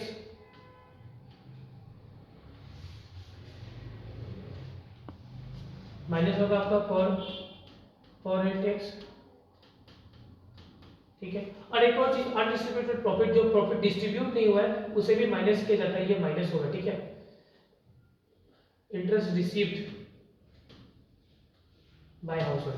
अब देखो पर्सनल इनकम निकालना है, पर्सनल इनकम का फॉर्मूला क्या होता है, net domestic product eight factor cost. Domestic मतलब घर के अंदर में कितना लोगों ने कमाया, प्लस एनएफआई बाहर से कितना आया, ठीक है, माइनस अनडिस्ट्रीब्यूटेड प्रॉफिट, कितना प्रॉफिट जो डिस्ट्रीब्यूट मतलब सेविंग जो हम लोग करते हैं ना वो अनडिस्ट्रीब्यूटेड प्रॉफिट उसको माइनस किया जाता है। Interest receive by the house hold, जो भी एक हाउस होल्ड है उसने इंटरेस्ट रिसीव किया, पर्सनल मतलब किसी एक व्यक्ति का इंटरेस्ट निकाला जा रहा है, तो एक व्यक्ति ने इंडिया में कितना कमाया प्लस बाहर से उसे कितना आया, माइनस अनडिस्ट्रीब्यूटेड प्रॉफिट है। अनडिस्ट्रीब्यूटेड प्रॉफिट का मतलब कि कितना प्रॉफिट उसने सेव किया, interest receive by the house hold उसको कितना इंटरेस्ट मिला ये भी प्लस होगा, ट्रांसफर इनकम बिना मेहनत के उसे कितना पैसा मिला ट्रांसफर इनकम प्लस होगा। अब माइनस हो जाएगा आपका कॉर्पोरेट टैक्स, माइनस दो चीज होगा, एक होगा अनडिस्ट्रीब्यूटेड प्रॉफिट, एक होगा कॉर्पोरेट टैक्स, बाकी सब प्लस होगा। ठीक है, अब एनडीपी एट एफसी देखो सबसे पहले कितना है 9000, फिर प्लस करना होगा एनएफआई कितना हो गया आपका 150, एनएफआई हो गया आपका 150, फिर आपका होगा अनडिस्ट्रीब्यूटेड प्रॉफिट माइनस होगा, माइनस हो जाएगा आपका 500। उसके बाद से इंटरेस्ट देखो आप लोग, इंटरेस्ट कहाँ पे है, interest receive by the household, तो interest receive by the household कितना है 1200 रुपीज, ये होगा हो जाएगा प्लस, फिर क्या होगा इंटरेस्ट रिसीव बाय द हो गया, फिर कॉर्पोरेट टैक्स कितना पे हुआ है, तो कॉर्पोरेट टैक्स आपका यहाँ पे है कितना हुआ 600 रुपया। ठीक है, तो ये आपका आइटम होगा, अब इसको माइनस कर दो, बात खत्म। ठीक है, तो कितना होगा 9000 plus 150 plus 1200 minus 600 and minus 500, तो आपका 9250 रुपया आएगा। कितना आएगा 9250। फिर से मैं कैलकुलेट कर लो, 9000 प्लस 150 प्लस 1200, ठीक है, माइनस 600 माइनस 500, तो 9250 हो गया आपका ये वाला। फिर आपको निकालना होगा पर्सनल इनकम, निकल के आ गया, अब होगा चाहिए पर्सनल डिस्पोजेबल इनकम, मतलब इसको शॉर्टकट में लिखो पीडीआई, पर्सनल डिस्पोजेबल इनकम। तो एक कैसे होगा आपका personal income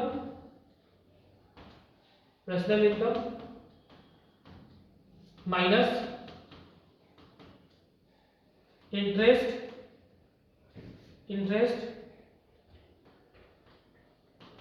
paid by house hold, personal income interest paid by house hold, और माइनस होगा पर्सनल टैक्स। ठीक है, तो पर्सनल इनकम टैक्स कितना, पर्सनल इनकम कितना निकला 9250 माइनस इंटरेस्ट पेड कितना हुआ है 1000। देखो इंटरेस्ट पेड कितना हुआ है 1000 एंड पर्सनल टैक्स कितना आपका 600।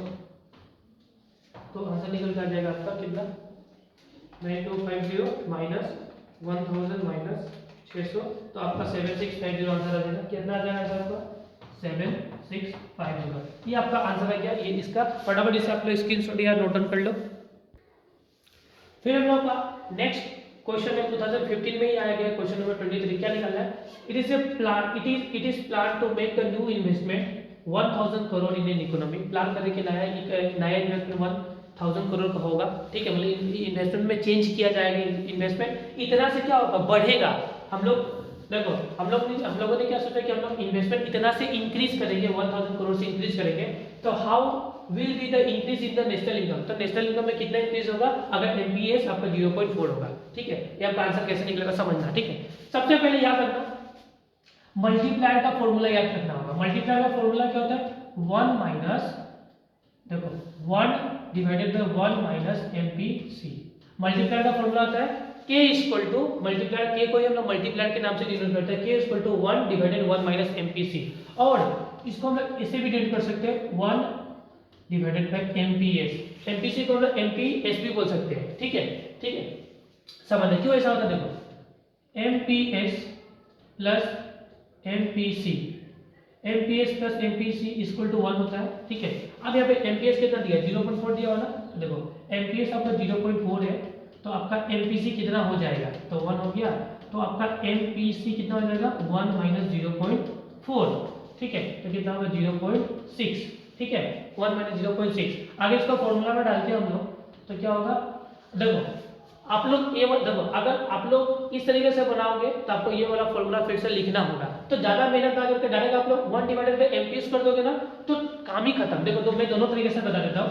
देखो अभी ये वाला फॉर्मूला में लेट सपोज डाला तो 1 माइनस एमपीसी हम लोगों ने कितना निकाला 0.6 निकाला, ही नहीं निकाला। अगर 0.6 होगा तो फिर से 0.4 आ गया। तो हम लोग इतना मेहनत ना करके हम लोग सीधा क्या करेंगे, देखो मल्टीप्लाई का दो फॉर्मूला आ गया 1 माइनस एमपीसी, तो डायरेक्ट 1 माइनस अगर इस तरीके से करके निकालोगे तो 0.4 यहाँ भी निकलेगा। अगर इतना मेहनत नहीं करना चाहते हो डायरेक्ट एमपीएस कितना देके रखा हुआ है, एमपीएस ऑलरेडी 0.4 ही देके रखा हुआ है, तो ये में बात खत्म। तो ये वाला डायरेक्ट फॉलो वाला बात खत्म, ठीक है। तो फिर से मैं बता रहा हूँ, तो 1 के इक्वल टू क्या होगा 1 माइनस 1 डिवाइडेड बाय एमपीएस होगा, ही नहीं होगा। तो एमपीएस कितना आपका, तो एमपीएस आपका यहाँ पे लिख दो, एमपीएस आपका हो गया k इक्वल टू 1 0.4 होगा ना।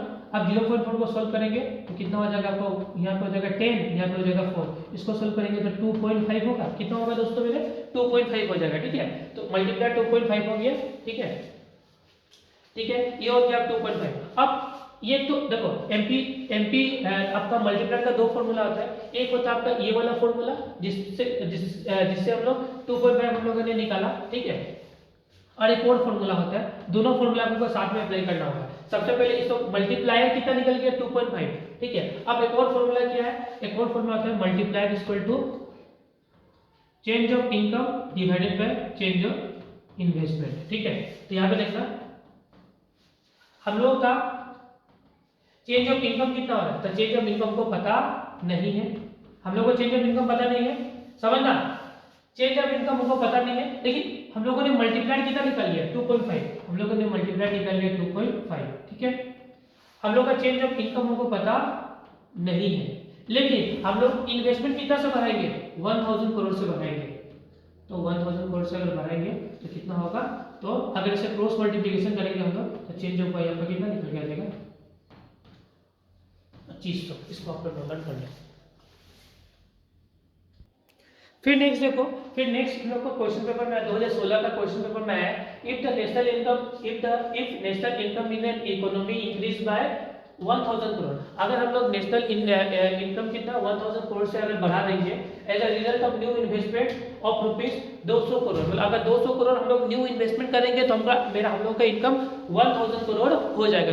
अगर मान लो 200 करोड़ का अगर इन्वेस्टमेंट करते हैं, न्यू इन्वेस्टमेंट अगर 200 करेंगे मतलब चेंज इन इन्वेस्टमेंट, इसका मतलब क्या होता है इन्वेस्टमेंट में क्या आ रहा है चेंज आ रहा है, कितना का 200 करोड़। अगर इन्वेस्टमेंट हम लोग 200 करोड़ से बढ़ाएंगे तो हम लोग इनकम 1000 करोड़ से बढ़ जाएगा। तो बताइए कि एमपीसी एंड मल्टीप्लायर कितना होगा, एकदम इजी है। देखो मल्टीप्लायर का फॉर्मूला क्या था दोस्तों, change of income divided by change of income divided by change of investment, ठीक है। तो चेंज ऑफ इन्वेस्टमेंट, इनकम कितना हो गया 1000 करोड़, ठीक है, और चेंज ऑफ इन्वेस्टमेंट कितना है 200 करोड़, 20 से 20 कटेगा तो मल्टीप्लायर आपका कितना निकल जाएगा 5, मतलब एक आंसर हम लोग का निकल के आ गया कि मल्टीप्लायर निकल गया 5। अब हमको नेक्स्ट क्या चाहिए भैया, एमपीसी कितना होगा ये बताओ।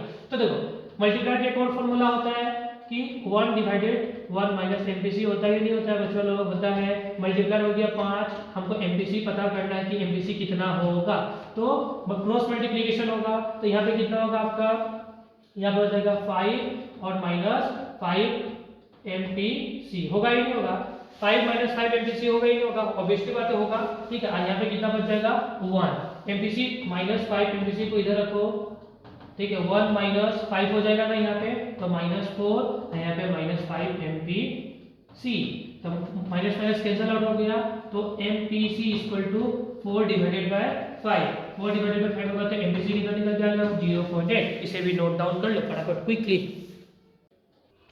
फिर हम लोग का नेक्स्ट क्वेश्चन है 2016 का, क्वेश्चन नंबर 16, ये वाला देखो, ये भी बहुत मस्त क्वेश्चन आया हुआ एग्जाम में, ठीक है, आप लोग देखो तो मफिल आ जाएगा। Suppose the net national product at a market price कितना हो गया आपका कंट्री का 1600 करोड़, ठीक है। एनएन देखो सबसे पहले लोग गिवन क्या तो वो लिख रहा हूं, सबसे पहले हम लोग का net national product at a market price मतलब एनएनपी एनपी देके रखा हुआ है कितना सा भैया 1600 करोड़, ठीक है। उसके बाद इफ टोटल इनडायरेक्ट टैक्स, मतलब हम लोग का टोटल इनडायरेक्ट टैक्स देके रखा हुआ है, इनडायरेक्ट टैक्स एनआईटी देके रखा नहीं है, इनडायरेक्ट टैक्स देके रखा हुआ है, मतलब इन डायरेक्ट टैक्स देके रखा हुआ है कितना 80 कितना 100 करोड़, ठीक है। And the total amount of the subsidy, subsidy कितना देके रखा हुआ है, सब्सिडी कितना देके रखा हुआ है 80, तो find out the national income, national income क्या होता है मतलब एनएनपीए एफसीडी होता है, ठीक है। फिर से मैं क्वेश्चन समझाता हूं फटाफट, देखो हम लोग का suppose net national product at market price, ठीक है, एनएनपी एट एमपी कितना देकर रखा है 1600 crore, if total indirect tax 100 crore and total amount of the subsidy paid by the government 80 crore, तो find out the national income, find out the national income. National income को हम लोग क्या बोलते हैं एनएनपी एट एफसी बोलते हैं दोस्तों, क्या बोलते हैं हम लोग को एनएनपी एट एफसी, हम लोग नेशनल इनकम को जानते हैं, ठीक है। तो नेशनल इनकम को बोलेंगे हम लोग एनएनपीए एफसी, और हम लोग का ये तीन इंफॉर्मेशन देके रखा हुआ है। तो अब सबसे पहले लोग को निकालना है, क्या हम लोग को दोस्तों निकालना है, ये समझना, हम लोग को निकालना है एनएनपीए एफसी, ये निकालना है, गिवन क्या हम लोग को एनएनपीए एमपी गिवन है, ठीक है, ये हम लोग को निकालना है, ये हम लोग को गिवन है, मतलब जो देखो जो निकालना होता है उसको हम लोग कहाँ पे लिखते हैं लेफ्ट में, जो दिया रहता है उसको लिखते हैं राइट में, ठीक है। और इसका जस्ट ऊपर उल्टा होगा फॉर्मूला स्ट्रक्चर करने में, दिया क्या है एनएनपी एमपी दिया हुआ है, और निकालना क्या है एनएनपी एफसी निकालना है। तो देखो नेट से नेट कांस्टेंट, एन से एन कांस्टेंट, पी से पी कांस्टेंट, एमपी से एफसी, यहाँ पे चेंजेस होगा minus NIT that is net indirect tax, क्या होगा आपका यहाँ पे माइनस होगा आपका NIT that is net indirect tax, तो एनएनपी एफसी कितना आपका 1600, यहाँ पे एनआईटी कैसे निकलेगा, तो एनआईटी का 2 पर इनडायरेक्ट टैक्स का सब्सिडी माइनस कर देंगे तो एनआईटी निकल के आ जाएगा, तो कितना आपका यहाँ पे आपका 100 माइनस कितना हो गया 80, तो कितना हो गया यहाँ पे 16, यहाँ पे हो जाएगा 20, यहाँ पे हो जाएगा 1580, फटाफट नोट कर ले, ये भी कंप्लीट हो गया क्वेश्चन। फिर आप लोग नेक्स्ट क्वेश्चन देखो 2017 में आया हुआ है, देखो एकदम ये भी एकदम इजी क्वेश्चन है, प्रीवियस ईयर जैसा क्वेश्चन है। It is a plan to increase the national income by 100 crore, हम लोग सोच रहे हैं कि हम लोग नेशनल इनकम को 100 करोड़ से चेंज करेंगे, बढ़ाएंगे, तो how much increase in investment, तो इन्वेस्टमेंट कितना से बढ़ाना होगा कि हम लोग का एमपीसी 0.6 हो जाए, एमपीसी कितना हो जाए 0.6। तो देखो हम लोग यहाँ पे एमपीसी देकर देखो इसको निकालना कैसे, एकदम इजी है। देखो मल्टीप्लाई का फॉर्मूला होता है ना दोस्तों 1 माइनस एमपीसी होता है ना, तो अगर निकालोगे तो यहाँ पे 1 माइनस एमपीसी हम लोग एकदम इजी वे में निकालेंगे कि सबसे पहले देखो क्या है तुम्हारा, तो देखो क्या मल्टीप्लाई हमको पता नहीं, सबसे पहले निकालना होगा हमको मल्टीप्लाई, कैसे निकलेगा देखो 1 माइनस एमपीसी कितना निकल रखा है 0.6, अगर करोगे तो यहाँ पे कितना निकलेगा 0.4 निकल के आ जाएगा, यहाँ पे मल्टीप्लाई किया, ठीक है।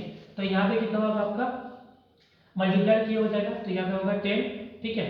सबसे पहले 10, फिर यहाँ पे 0 हो जाएगा क्योंकि 1 हटाएंगे तो यहाँ पे 4। अगर 4 से 10 को डिवाइड करोगे तो कितना होगा 2.5। तो हम लोग का मल्टीप्लायर कितना आ गया दोस्तों 2.5 आ गया हम लोग का। ठीक है, अब एक और तुम्हारा मल्टीप्लायर का फॉर्मूला था ना, तो change of income divided by change of investment. ठीक है, तो चेंज ऑफ इनकम हमको क्या निकालना है, चेंज ऑफ देखो और फॉर्मूला था change of income divided change of investment. तो हम लोग को क्या निकालना है, देखो चेंज ऑफ इनकम देके रखा हुआ 100 करोड़, तो change of income 100 crore, multiplier हम लोगों ने 2.5 निकाल लिया, मल्टीप्लायर हम लोगों ने 2.5 निकाल लिया। और हम लोग को इन्वेस्टमेंट निकालना होगा कि इन्वेस्टमेंट कितना होगा, तो सिंपली क्रॉस मल्टीप्लिकेशन करना हम लोगों को। ठीक है, इसको इससे करोगे तो कितना होगा 2.5। ठीक है, चेंज ऑफ आई हो जाएगा और यहाँ मिलेगा 1000। ठीक है, तो फिर चेंज ऑफ आई को यहाँ पे रखो 1000 डिवाइडेड बाय कितना होगा 2.5। तो करोगे सिंपली 1000 डिवाइडेड बाय 2.5, तो आंसर आ जाएगा आपका 400। कितना हो जाएगा दोस्तों 400। इसको अच्छा से निकालो, 2.5 डिवाइडेड करोगे निकल जाएगा 400। इसे भी नोट डाउन कर लो, ये कंप्लीट हो गया। फिर नेक्स्ट क्वेश्चन है हम लोग का 2017 का ही क्वेश्चन नंबर 18। ये भी बहुत इजी है, देखो कैसे निकलेगा। देखो क्वेश्चन क्या, सबसे पहले ये समझो कि if the marginal propensity to save of an economy 0.3 है, the find out the income multiplier. तो मल्टीप्लायर कितना होगा, अगर प्रोपेंसिटी टू सेव 0.3 है तो मल्टीप्लायर कितना होगा, ये आपको निकाल के बताना है। तो एकदम इजी है, देखो कैसे निकलेगा। ठीक है, एकदम फानी है क्वेश्चन। क्वेश्चन नंबर 18 है। अब देखो सबसे पहले आपको बताया था ना मैंने एक बार MPS plus MPC is equal to 1 होता है।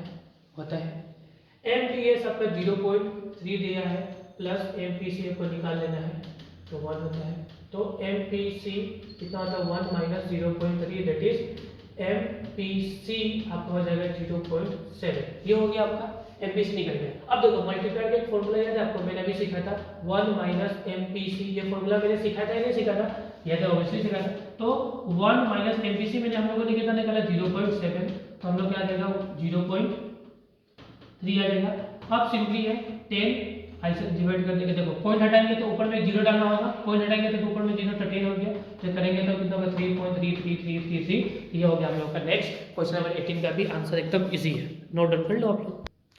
फिर हम लोग का नेक्स्ट क्वेश्चन है 2018 का क्वेश्चन। ये भी बहुत मस्त क्वेश्चन आया हुआ है एग्जाम में, जो एकदम इजी है करने के लिए। देखो द ऑटोनोमस कंजम्पशन कितना देखे रखा हुआ है 500 करोड़। ऑटोनोमस कंजम्पशन कितना है 500 crore and personal disposable income कितना है 5000 करोड़। पर्सनल डिस्पोजेबल इनकम को 5000 करोड़ है, ऑटोनोमस कंजम्पशन है 500। If the marginal propensity to consume कितना 0.8, find out the aggregate consumption. देखो कंजम्पशन का फॉर्मूला होता है, कंजम्पशन का फॉर्मूला क्या होता है आपको देखो ये क्या होता है। कंजम्पशन का फॉर्मूला एकदम इजी है। कंजम्पशन का फॉर्मूला 2018 वाला पेपर में आया हुआ। कंजम्पशन का फॉर्मूला सबसे पहले आप देखो, कंजम्पशन का फॉर्मूला होता है, कंजम्पशन का फॉर्मूला आपका एग्रीगेट कंजम्पशन निकालना ना, देखो एग्रीगेट कंजम्पशन निकालना हमको क्वेश्चन बोल रहा है। ठीक है, एग्रीगेट कंजम्पशन का फॉर्मूला होता है autonomous consumption plus B of Y. इसका फॉर्मूला था autonomous consumption plus B of Y. तो ऑटोनोमस कंजम्पशन आपको देख रखा हुआ है 500 CR। ठीक है, बी का मतलब होता है बी इक्वल टू होता है एमपीसी। बी का मतलब एमपीसी, तो एमपीसी क्वेश्चन में गिवन है कितना आपका एमपीसी है 0.8 एंड इनकम देख रखा हुआ है। तो इनकम कितना देख रखा आपको, आपका देख रखा हुआ है 500 करोड़। तो इसका फॉर्मूला को जस्ट पुट करना हम लोग को, तो एग्रीगेट कंजम्पशन हमको निकालना है। तो ऑटोनोमस कंजम्पशन किया 500 फिर होगा आपका प्लस बी ऑफ वाई। तो बी कितना किया, बी हो गया आपका 0.8, हम मल्टीप्लाई कर देंगे हम लोग 5000 करोड़ से। ठीक है, तो ये हमको हो जाएगा। ठीक है, 500 प्लस यहाँ हो जाएगा आपका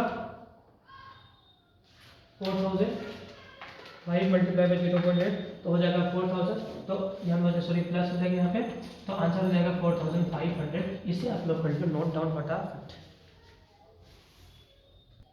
फिर नेक्स्ट इंपॉर्टेंट क्वेश्चन आया हुआ 2018 में आपका 18 में नेक्स्ट एक इंपॉर्टेंट क्वेश्चन आया हुआ क्वेश्चन नंबर 22। इससे भी हमको क्या निकालना है, यह भी आप लोग समझो, एकदम इजी क्वेश्चन है। देखो suppose the GDP at a market, suppose GDP at a market price of a country particular year कितना देके रखा हुआ है 1100 करोड़। ठीक है, GDP at a market price मतलब हम लोग का क्वेश्चन क्या देके रखा हुआ है GDP at MP. GDP at MP कितना देके रखा हुआ है, ठीक है crore. Net factor income from abroad मतलब NFIA आपका देख रखा हुआ है 100 crore. The value of net indirect tax कितना देख रखा हुआ है, नेट इनडायरेक्ट टैक्स मतलब NIT आपका देख रखा हुआ है 150 crore. National income is 850 crore मतलब नेशनल इनकम का मतलब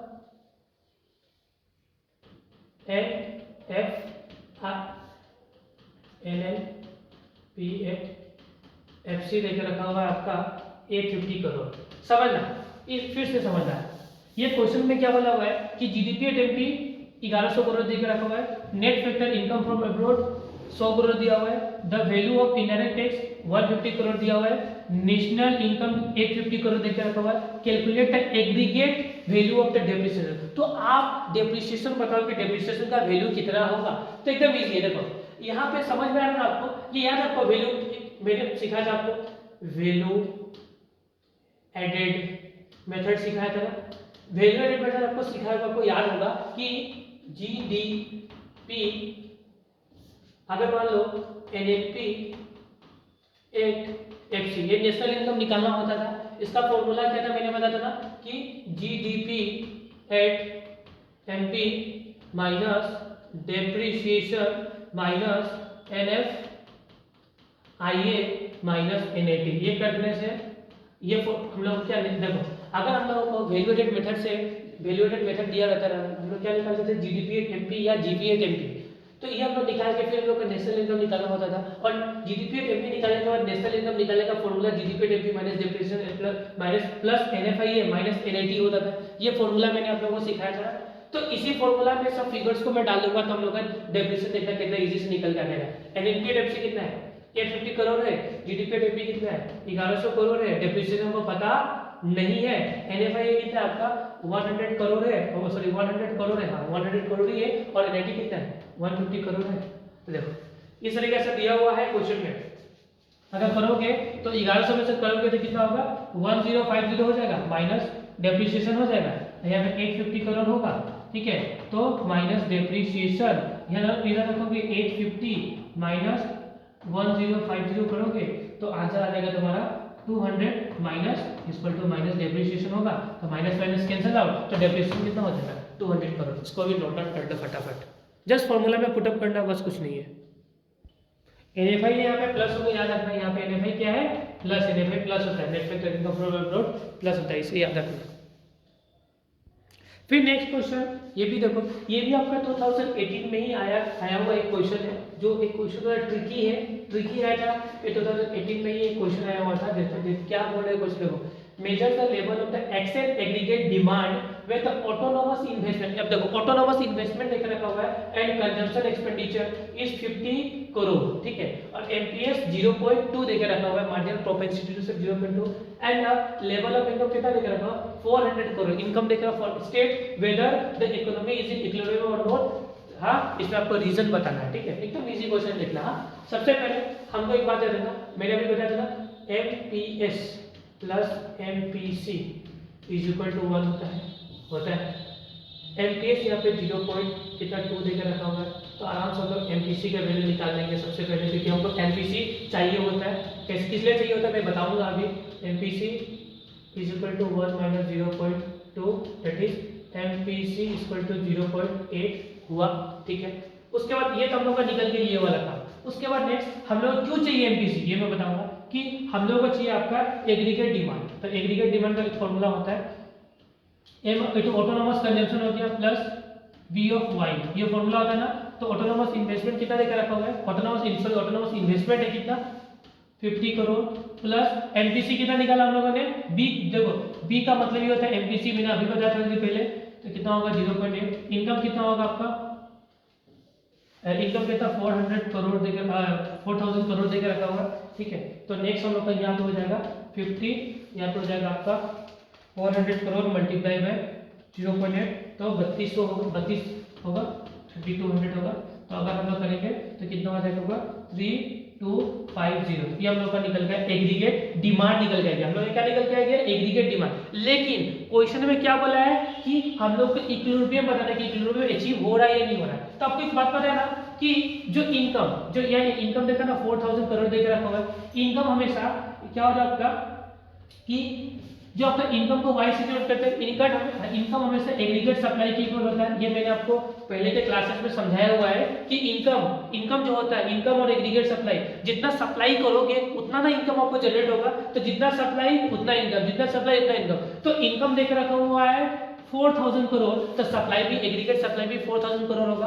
तो अगर इक्विलिब्रियम का कंडीशन क्या होता है, इक्विलिब्रियम का कंडीशन होगा कि एडी और एएस को इक्वल होना पड़ेगा। एडी और एएस इक्वल है तो आपका इक्विलिब्रियम अचीव हो गया, अदरवाइज नहीं हुआ। तो यहाँ पे एडी कितना निकाला हम लोगों ने, एडी निकाला हम लोगों ने 3250 और एएस कितना देकर रखा हुआ है 4000 करोड़, मतलब नॉट इक्वल है, मतलब economy is not in equilibrium. आपको एक स्टेटमेंट लिखना होगा कि economy is not in equilibrium. Economy equilibrium नहीं है क्योंकि एडी और एस आपका दोनों डिफरेंट है।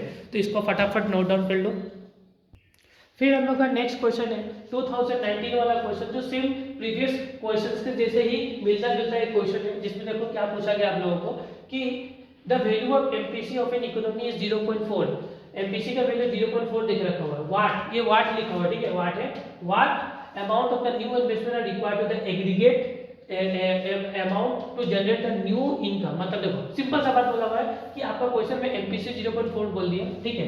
आप कितना इन्वेस्टमेंट करोगे कि आपका न्यू इनकम 500 करोड़ जनरेट हो जाए। मतलब सिंपल सा बात है कि आपका एमपीसी देके रखा हुआ है कि आप कितना और इन्वेस्टमेंट करोगे कि आपको 500 करोड़ इनकम जनरेट हो जाए। मतलब इसमें इन्वेस्टमेंट निकालने बोल रहा है कि चेंज ऑफ इन्वेस्टमेंट कितना होगा। तो सबसे पहले चेंज ऑफ इन्वेस्टमेंट निकालने से पहले आपको मल्टीप्लाई निकालना होगा, और मल्टीप्लाई का सबसे पहला फॉर्मूला क्या था 1 माइनस एमपीसी।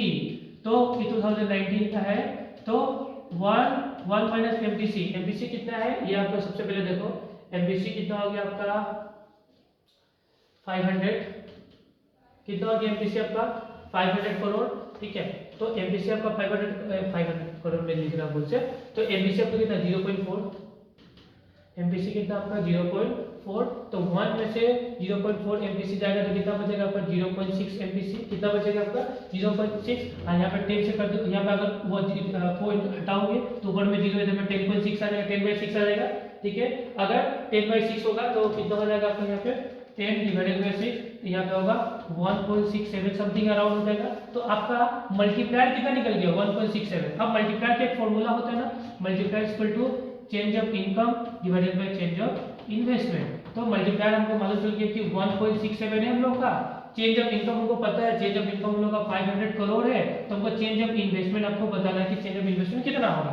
तो अगर सिंपली मैं करूंगा क्रॉस मल्टीप्लिकेशन तो यहाँ पे हो जाएगा आपका चेंज ऑफ इन्वेस्टमेंट कितना हो गया, इससे मल्टीप्लाई करो 1.67, यहाँ पे होगा 500 करोड़, ठीक है। तो यहाँ पे चेंज ऑफ इन्वेस्टमेंट रखूंगा और इधर में कर दूंगा तो 500 करोड़ डिवाइडेड बाय 1.67, कितना आ जाएगा 1.67। तो 180 के अप्रोक्स हो जाएगा। 180 में राउंड ऑफ में लिख देता हूँ, 180 हो जाएगा। इसके लिए आप नोट डाउन कर लो फटाफट।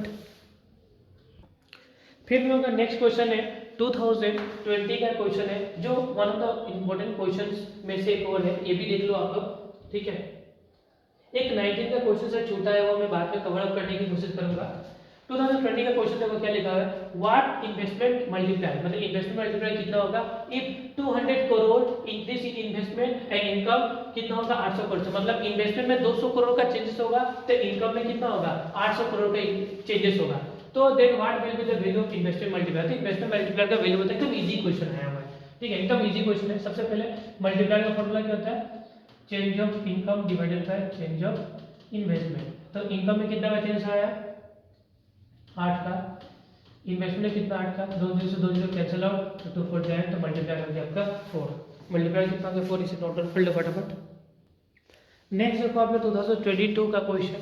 अब 22 का क्वेश्चन क्या बोल रहा है आप लोगों को, 22 का क्वेश्चन देखो कि what investment multiplier, what is investment multiplier if new investment 300 crore, अगर नया इन्वेस्टमेंट 300 करोड़ है तो नेशनल इनकम कितना से बढ़ गया 1200 करोड़ से, नया इन्वेस्टमेंट 300 करोड़ से बढ़ा।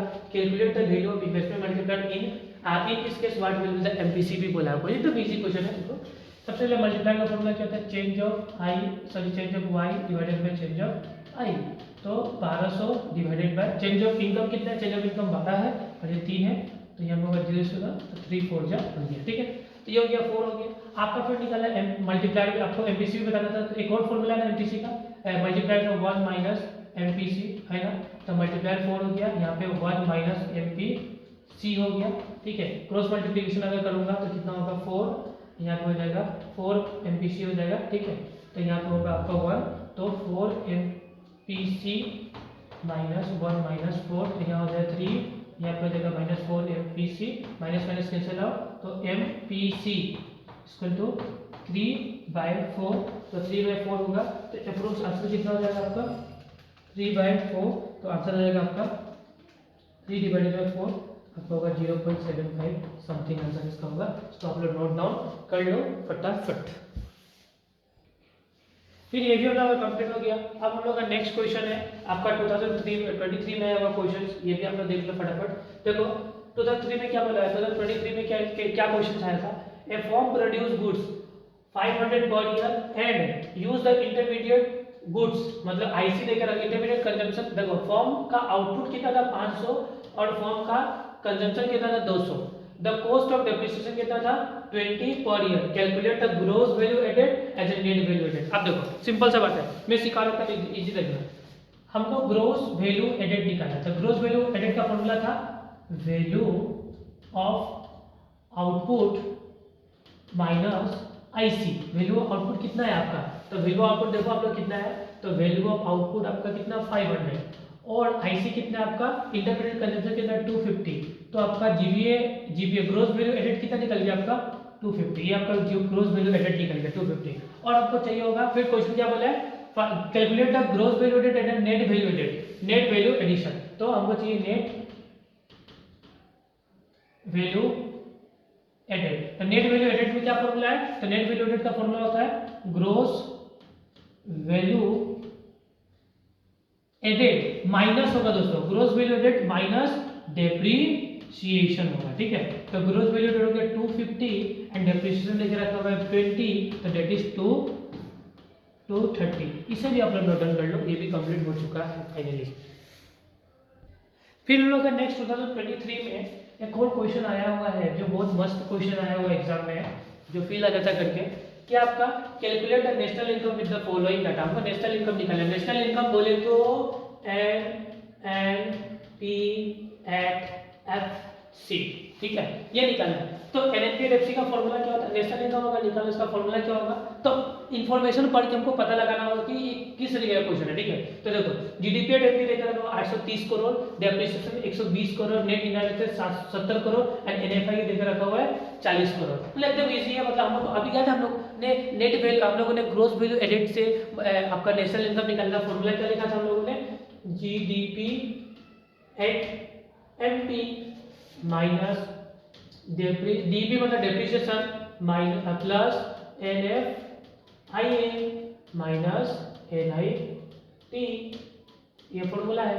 तो जीडीपी एट एमपी आपका एकदम इजी देकर रखा हुआ 830 करोड़, डेप्रिसिएशन देकर रखा हुआ 120 करोड़ और एनएफआई देकर रखा हुआ, देखो इनकम फ्रॉम एब्रॉड देकर रखा हुआ। इनकम फ्रॉम एब्रॉड का फॉर्मूला क्या होता है, देखो एनएफआई का फॉर्मूला होता है income from abroad 40 crore, income paid to abroad 0, कुछ भी नहीं है, और एनआईटी कितना है, माइनस एनआईटी कितना है, तो एनआईटी आपका है नेट इनडायरेक्ट टैक्स 70। बस इजी, एकदम इजी, 680 करोड़ होगा, ठीक है। इसे भी आप लोग नोट डाउन कर लो। इस तरीके से हम लोग का जितना यहाँ पे पेपर सब आया हुआ था वो कंप्लीट हो गया।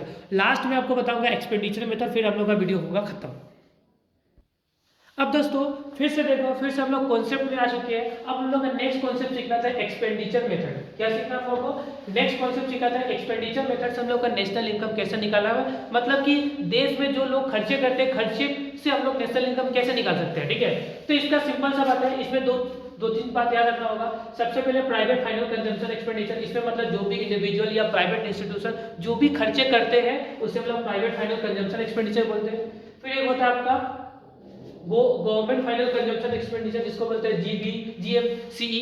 तो ये भी मतलब गवर्नमेंट ने जो भी खर्चा किया वो होगा गवर्नमेंट फाइनल कंजम्पशन एक्सपेंडिचर। एक होगा ग्रोस डोमेस्टिक कैपिटल फॉर्मेशन या ग्रोस कैपिटल फॉर्मेशन, देखो ग्रोस डोमेस्टिक कैपिटल फॉर्मेशन बोलो या ग्रोस कैपिटल फॉर्मेशन बोलो, इसमें आपका जो भी इन्वेस्टमेंट वगैरह होता है, जो भी हम इन्वेस्ट करते हैं, ठीक है, उस वो सब आता है आपका इसमें, ठीक है, जिससे कि कोई क्या, जैसे कि देखो there effort in expenditure equal to produce domestically produce on the final goods on the investment purpose से जो भी खर्चा होगा वो आपका ग्रोस डोमेस्टिक कैपिटल फॉर्मेशन होगा। फिर होगा नेट एक्सपोर्ट, नेट एक्सपोर्ट मतलब एक्सपोर्ट माइनस इंपोर्ट, ये चार चीज को आपको ध्यान में रखना होगा। देखो सबसे पहले क्या लिखा है, देखो आप लोग step to calculate the national income by the expenditure method, expenditure method से हमको नेशनल इनकम कैसे निकालना है, तो कीजिए क्लासिफाई, देखो सबसे पहले private final consumption expenditure plus government final consumption expenditure plus gross domestic capital formation plus net export, अगर चारों को जोड़ देंगे तो हम लोग का निकल के आ जाएगा, क्या पता है इसमें भी हम लोग का जीडीपी एट एमपी ही निकलता है, क्या निकलता है दोस्तों, जीडीपी एट एमपी। अगर हम लोग चारों को जोड़ देंगे तो जीडीपी एट एमपी निकल के आ जाएगा, और चारों को जोड़ने के बाद हमको फिर क्या निकालना होगा, नेशनल इनकम। तो जीडीपी एट एमपी से नेशनल इनकम जाना है तो जो फॉर्मूला हम लोग वैल्यू एडेड मेथड में पढ़ा था हम लोगों ने, सेम फॉर्मूला यहाँ पे भी अप्लाई होने वाला है, ठीक है। और कैलकुलेट, देखो इस वजह से हम लोग calculation of GDP at MP निकाल, देखो और एक और चीज बात याद रखना आप लोग कि देखो private final consumption plus government final consumption expenditure plus gross domestic capital formation plus net export अगर कर देंगे तो हम लोग का जीडीपी एमपी निकल कर आएगा। और एक बात, छोटा मोटा बात है कि देखो अगर ग्रोस डोमेस्टिक कैपिटल फॉर्मेशन ना कभी कभी क्वेश्चन में दिया नहीं रहता है तो इसको निकालने का तरीका होता है ग्रोस फिक्स कैपिटल फॉर्मेशन दिया रहेगा एंड चेंज इन स्टॉक देकर रखेगा। अगर हम दोनों को प्लस कर देंगे तो ये हम लोग का निकल के आ जाएगा, this plus this is equal to gross domestic capital formation, मतलब gross fix capital formation plus change in stock को अगर कर देंगे तो ग्रोस डोमेस्टिक कैपिटल फॉर्मेशन निकल के आ जाएगा, ठीक है। अब देखो सिंपल सवाल, हम लोग का जीडीपी एट एमपी निकल के आ गया ना, हम लोग का क्या निकल के आ गया, जीडीपी एट एमपी। अब हमको निकालना है नेशनल इनकम, क्या निकालना है दोस्तों, नेशनल इनकम निकालना है। तो देखो नेशनल इनकम निकालने का फॉर्मूला क्या होगा, सेम जो वैल्यू एडेड मेथड में था, एनएनपी नेशनल इनकम को क्या बोलते हैं हम लोग, एनएनपी एट एफसी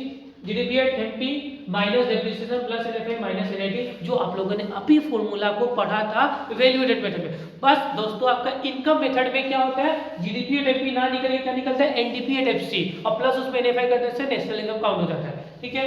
फिर हो गया अब एक्सपेंडिचर मेथड से, दोस्तों देखो इस तीनों मेथड का यहाँ पे एक्सप्लेनेशन मस्त देके रखा हुआ है, ठीक है। ये सब जो भी मैं करा रहा हूँ सबका पीडीएफ में ग्रुप में डाला, आपका डिस्क्रिप्शन बॉक्स में डाल दूंगा, वहां से आप लोग डाउनलोड कर लीजिएगा इसे। देखो यहाँ पे कितना मजा एक्सप्लेन लेके रखा हुआ है कि देखो तीनों मेथड का एक्सप्लेनेशन। अभी हम सबसे ग्रोस वैल्यू एडेड मेथड आपको पढ़ाया था, उसमें क्या था हम लोग का, उसमें लगा जीडीपी एमपी निकलता था, ठीक है। देखो जीबीए एमपी बोले जीडीपी एमपी कैसे निकलता था, value output minus intermediate consumption.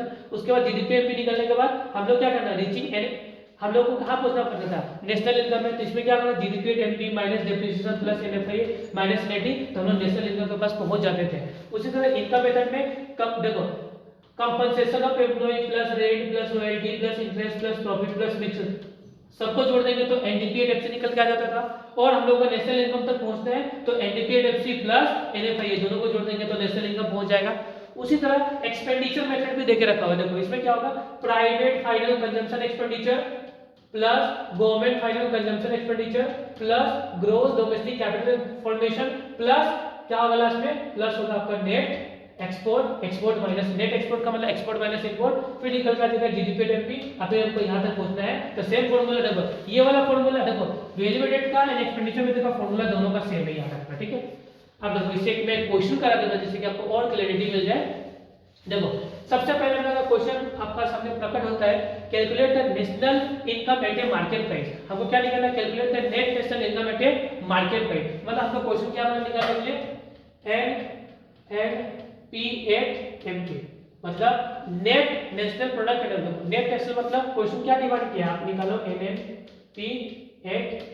तो ये क्वेश्चन ना करके हम लोग नेशनल इनकम निकालने के लिए ट्राई करते हैं, सबसे बेस्ट वही होगा, नेशनल इनकम हम लोग देखते हैं। सबसे बेस्ट ये देखो आपको, calculate the national income with the help of expenditure method. ये वाला देखो ये क्वेश्चन मस्त होगा। तो देखो सबसे पहले नेशनल इनकम, देखो नेशनल इनकम को निकालना है कौन सा मेथड के हेल्प से, एक्सपेंडिचर मेथड के हेल्प से। जब आपको एक्सपेंडिचर मेथड के हेल्प से नेशनल इनकम निकालना है तो सबसे पहले आपको चाहिए होगा जीडीपी एट एमपी, ठीक है।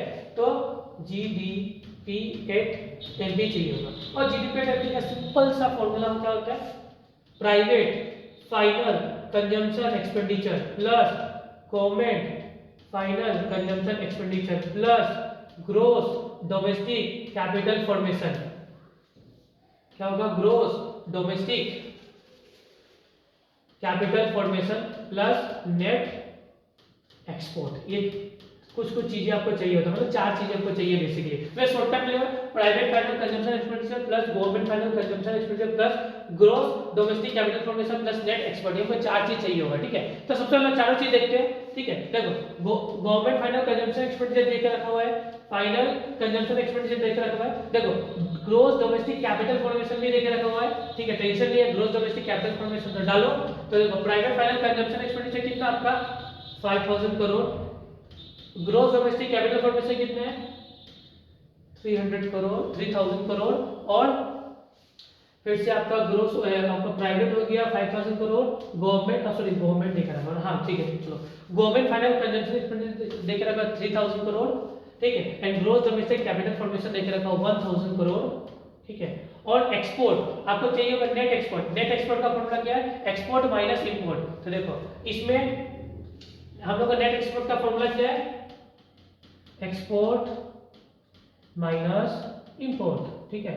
तो यहाँ पे एक्सपोर्ट माइनस इंपोर्ट, तो खोजो तो एक्सपोर्ट है क्या, क्वेश्चन में एक्सपोर्ट नहीं देकर रखा हुआ, नेट इंपोर्ट देकर रखा हुआ कितना 200 करोड़। तो मतलब यहाँ पे बस नेट इंपोर्ट देकर रखा हुआ, एक्सपोर्ट क्या हो गया 0 देकर रखा हुआ। मतलब अगर सम अप करने जाए तो 5000 करोड़ प्लस 3000 करोड़ प्लस 1000 करोड़, और यहाँ पे माइनस हो जाएगा ना 200 करोड़। इस तरीके से होगा, ये ऑब्वियसली बात ये होगा। तो आंसर कितना निकल जाएगा 800, ये आपका निकल गया जीडीपी एट एमपी। अब जीडीपी एट एमपी निकालना, लेकिन हमको चाहिए नेशनल इनकम, तो जीडीपी एट एमपी चाहिए हमको, क्या चाहिए national income NP at FC. National income तीनों पे सेम ही होगा, एनपी एट एफसी ही होगा, ठीक है। तो इसका फॉर्मूला होगा GDP at MP minus depreciation plus NFIA minus NIT. तो जीडीपी रेट में हम लोग निकाल लिया बच्चा लोग 8,800 करोड़। उसके बाद डेप्रिसिएशन आप लोग ढूंढ लो। देखो डेप्रिसिएशन का नाम है ना कंजम्पशन ऑफ फिक्स कैपिटल, 150 हो गया, कितना हो गया माइनस 150। अब दोनों आप लोग एनएफआई है नेट फैक्टर इनकम। देखो ट्रांसफर इनकम को बच्चों लोग काउंट मत करना, ट्रांसफर इनकम काउंट नहीं होता है, आपको ऐसे डाला हुआ है कंफ्यूजन करने के लिए। ट्रांसफर इनकम काउंट नहीं होता है, ट्रांसफर इनकम भूल जाओ। देखो नेट फैक्टर इनकम के ऊपर कितना देकर रखा हुआ है, माइनस का 50 देकर रखा हुआ है। क्या इनकम फ्रॉम एब्रॉड बाहर से कुछ आया क्या, ये बाहर से नहीं है क्योंकि ट्रांसफर इनकम आया बाहर से कुछ आया नहीं। तो फॉर्मूला क्या होता है एनएफआई का, फॉर्मूला होता है इनकम फ्रॉम एब्रॉड 0 है and income paid to abroad कितना है आपका माइनस का 50 है। देखो यहाँ पे समझना, यहाँ पे माइनस ऑलरेडी होता है लेकिन माइनस का 50 देके रखा हुआ है। और माइनस एनआईटी कितना देके रखा हुआ है, नेट इनडायरेक्ट टैक्स। देखो नेट इनडायरेक्ट डायरेक्ट गिवन है 800, ठीक है, ठीक है 800 डायरेक्ट। तो अगर सम अप करने जाए तो 8,800 करोड़ माइनस 150, यहाँ पे माइनस बदल जाएगा प्लस में, ठीक है, यहाँ पे हो जाएगा माइनस, ठीक है। तो आंसर हो जाएगा 7,900 करोड़। इस तरीके से हम लोग का दोस्तों लोग एक्सपेंडिचर मेथड भी होता है फाइनली सम अप। तो इस तरीके से हम लोग का जो भी एग्जाम्स में क्वेश्चन आया हुआ है, प्लस हम लोगों ने कॉन्सेप्ट भी बिल्ड कर लिया न्यूमेरिकल्स प्रॉब्लम का, जो हम लोगों का economics paper HS final year 2024 में आने वाला है। तो दोस्तों आज का क्लास आई होप आप लोगों को समझ में आया होगा, ठीक है। आज की क्लास के रिगार्डिंग जितने भी पीडीएफ्स हुए, जो भी मैंने पीडीएफ से पढ़ा है, आप लोगों को मैं डिस्क्रिप्शन बॉक्स में अवेलेबल कर दूंगा। अगर आपको मेरा ये वीडियो धमाकेदार लगा है तो प्लीज दोस्तों के साथ इस वीडियो को ज्यादा से ज्यादा शेयर करो, जिससे कि मैं सभी तक पहुंच पाऊं। और आज का क्लास फाइनली मैं करता हूं समाप्त। सो गाइस आज का वीडियो होता भी है फाइनली समाप्त।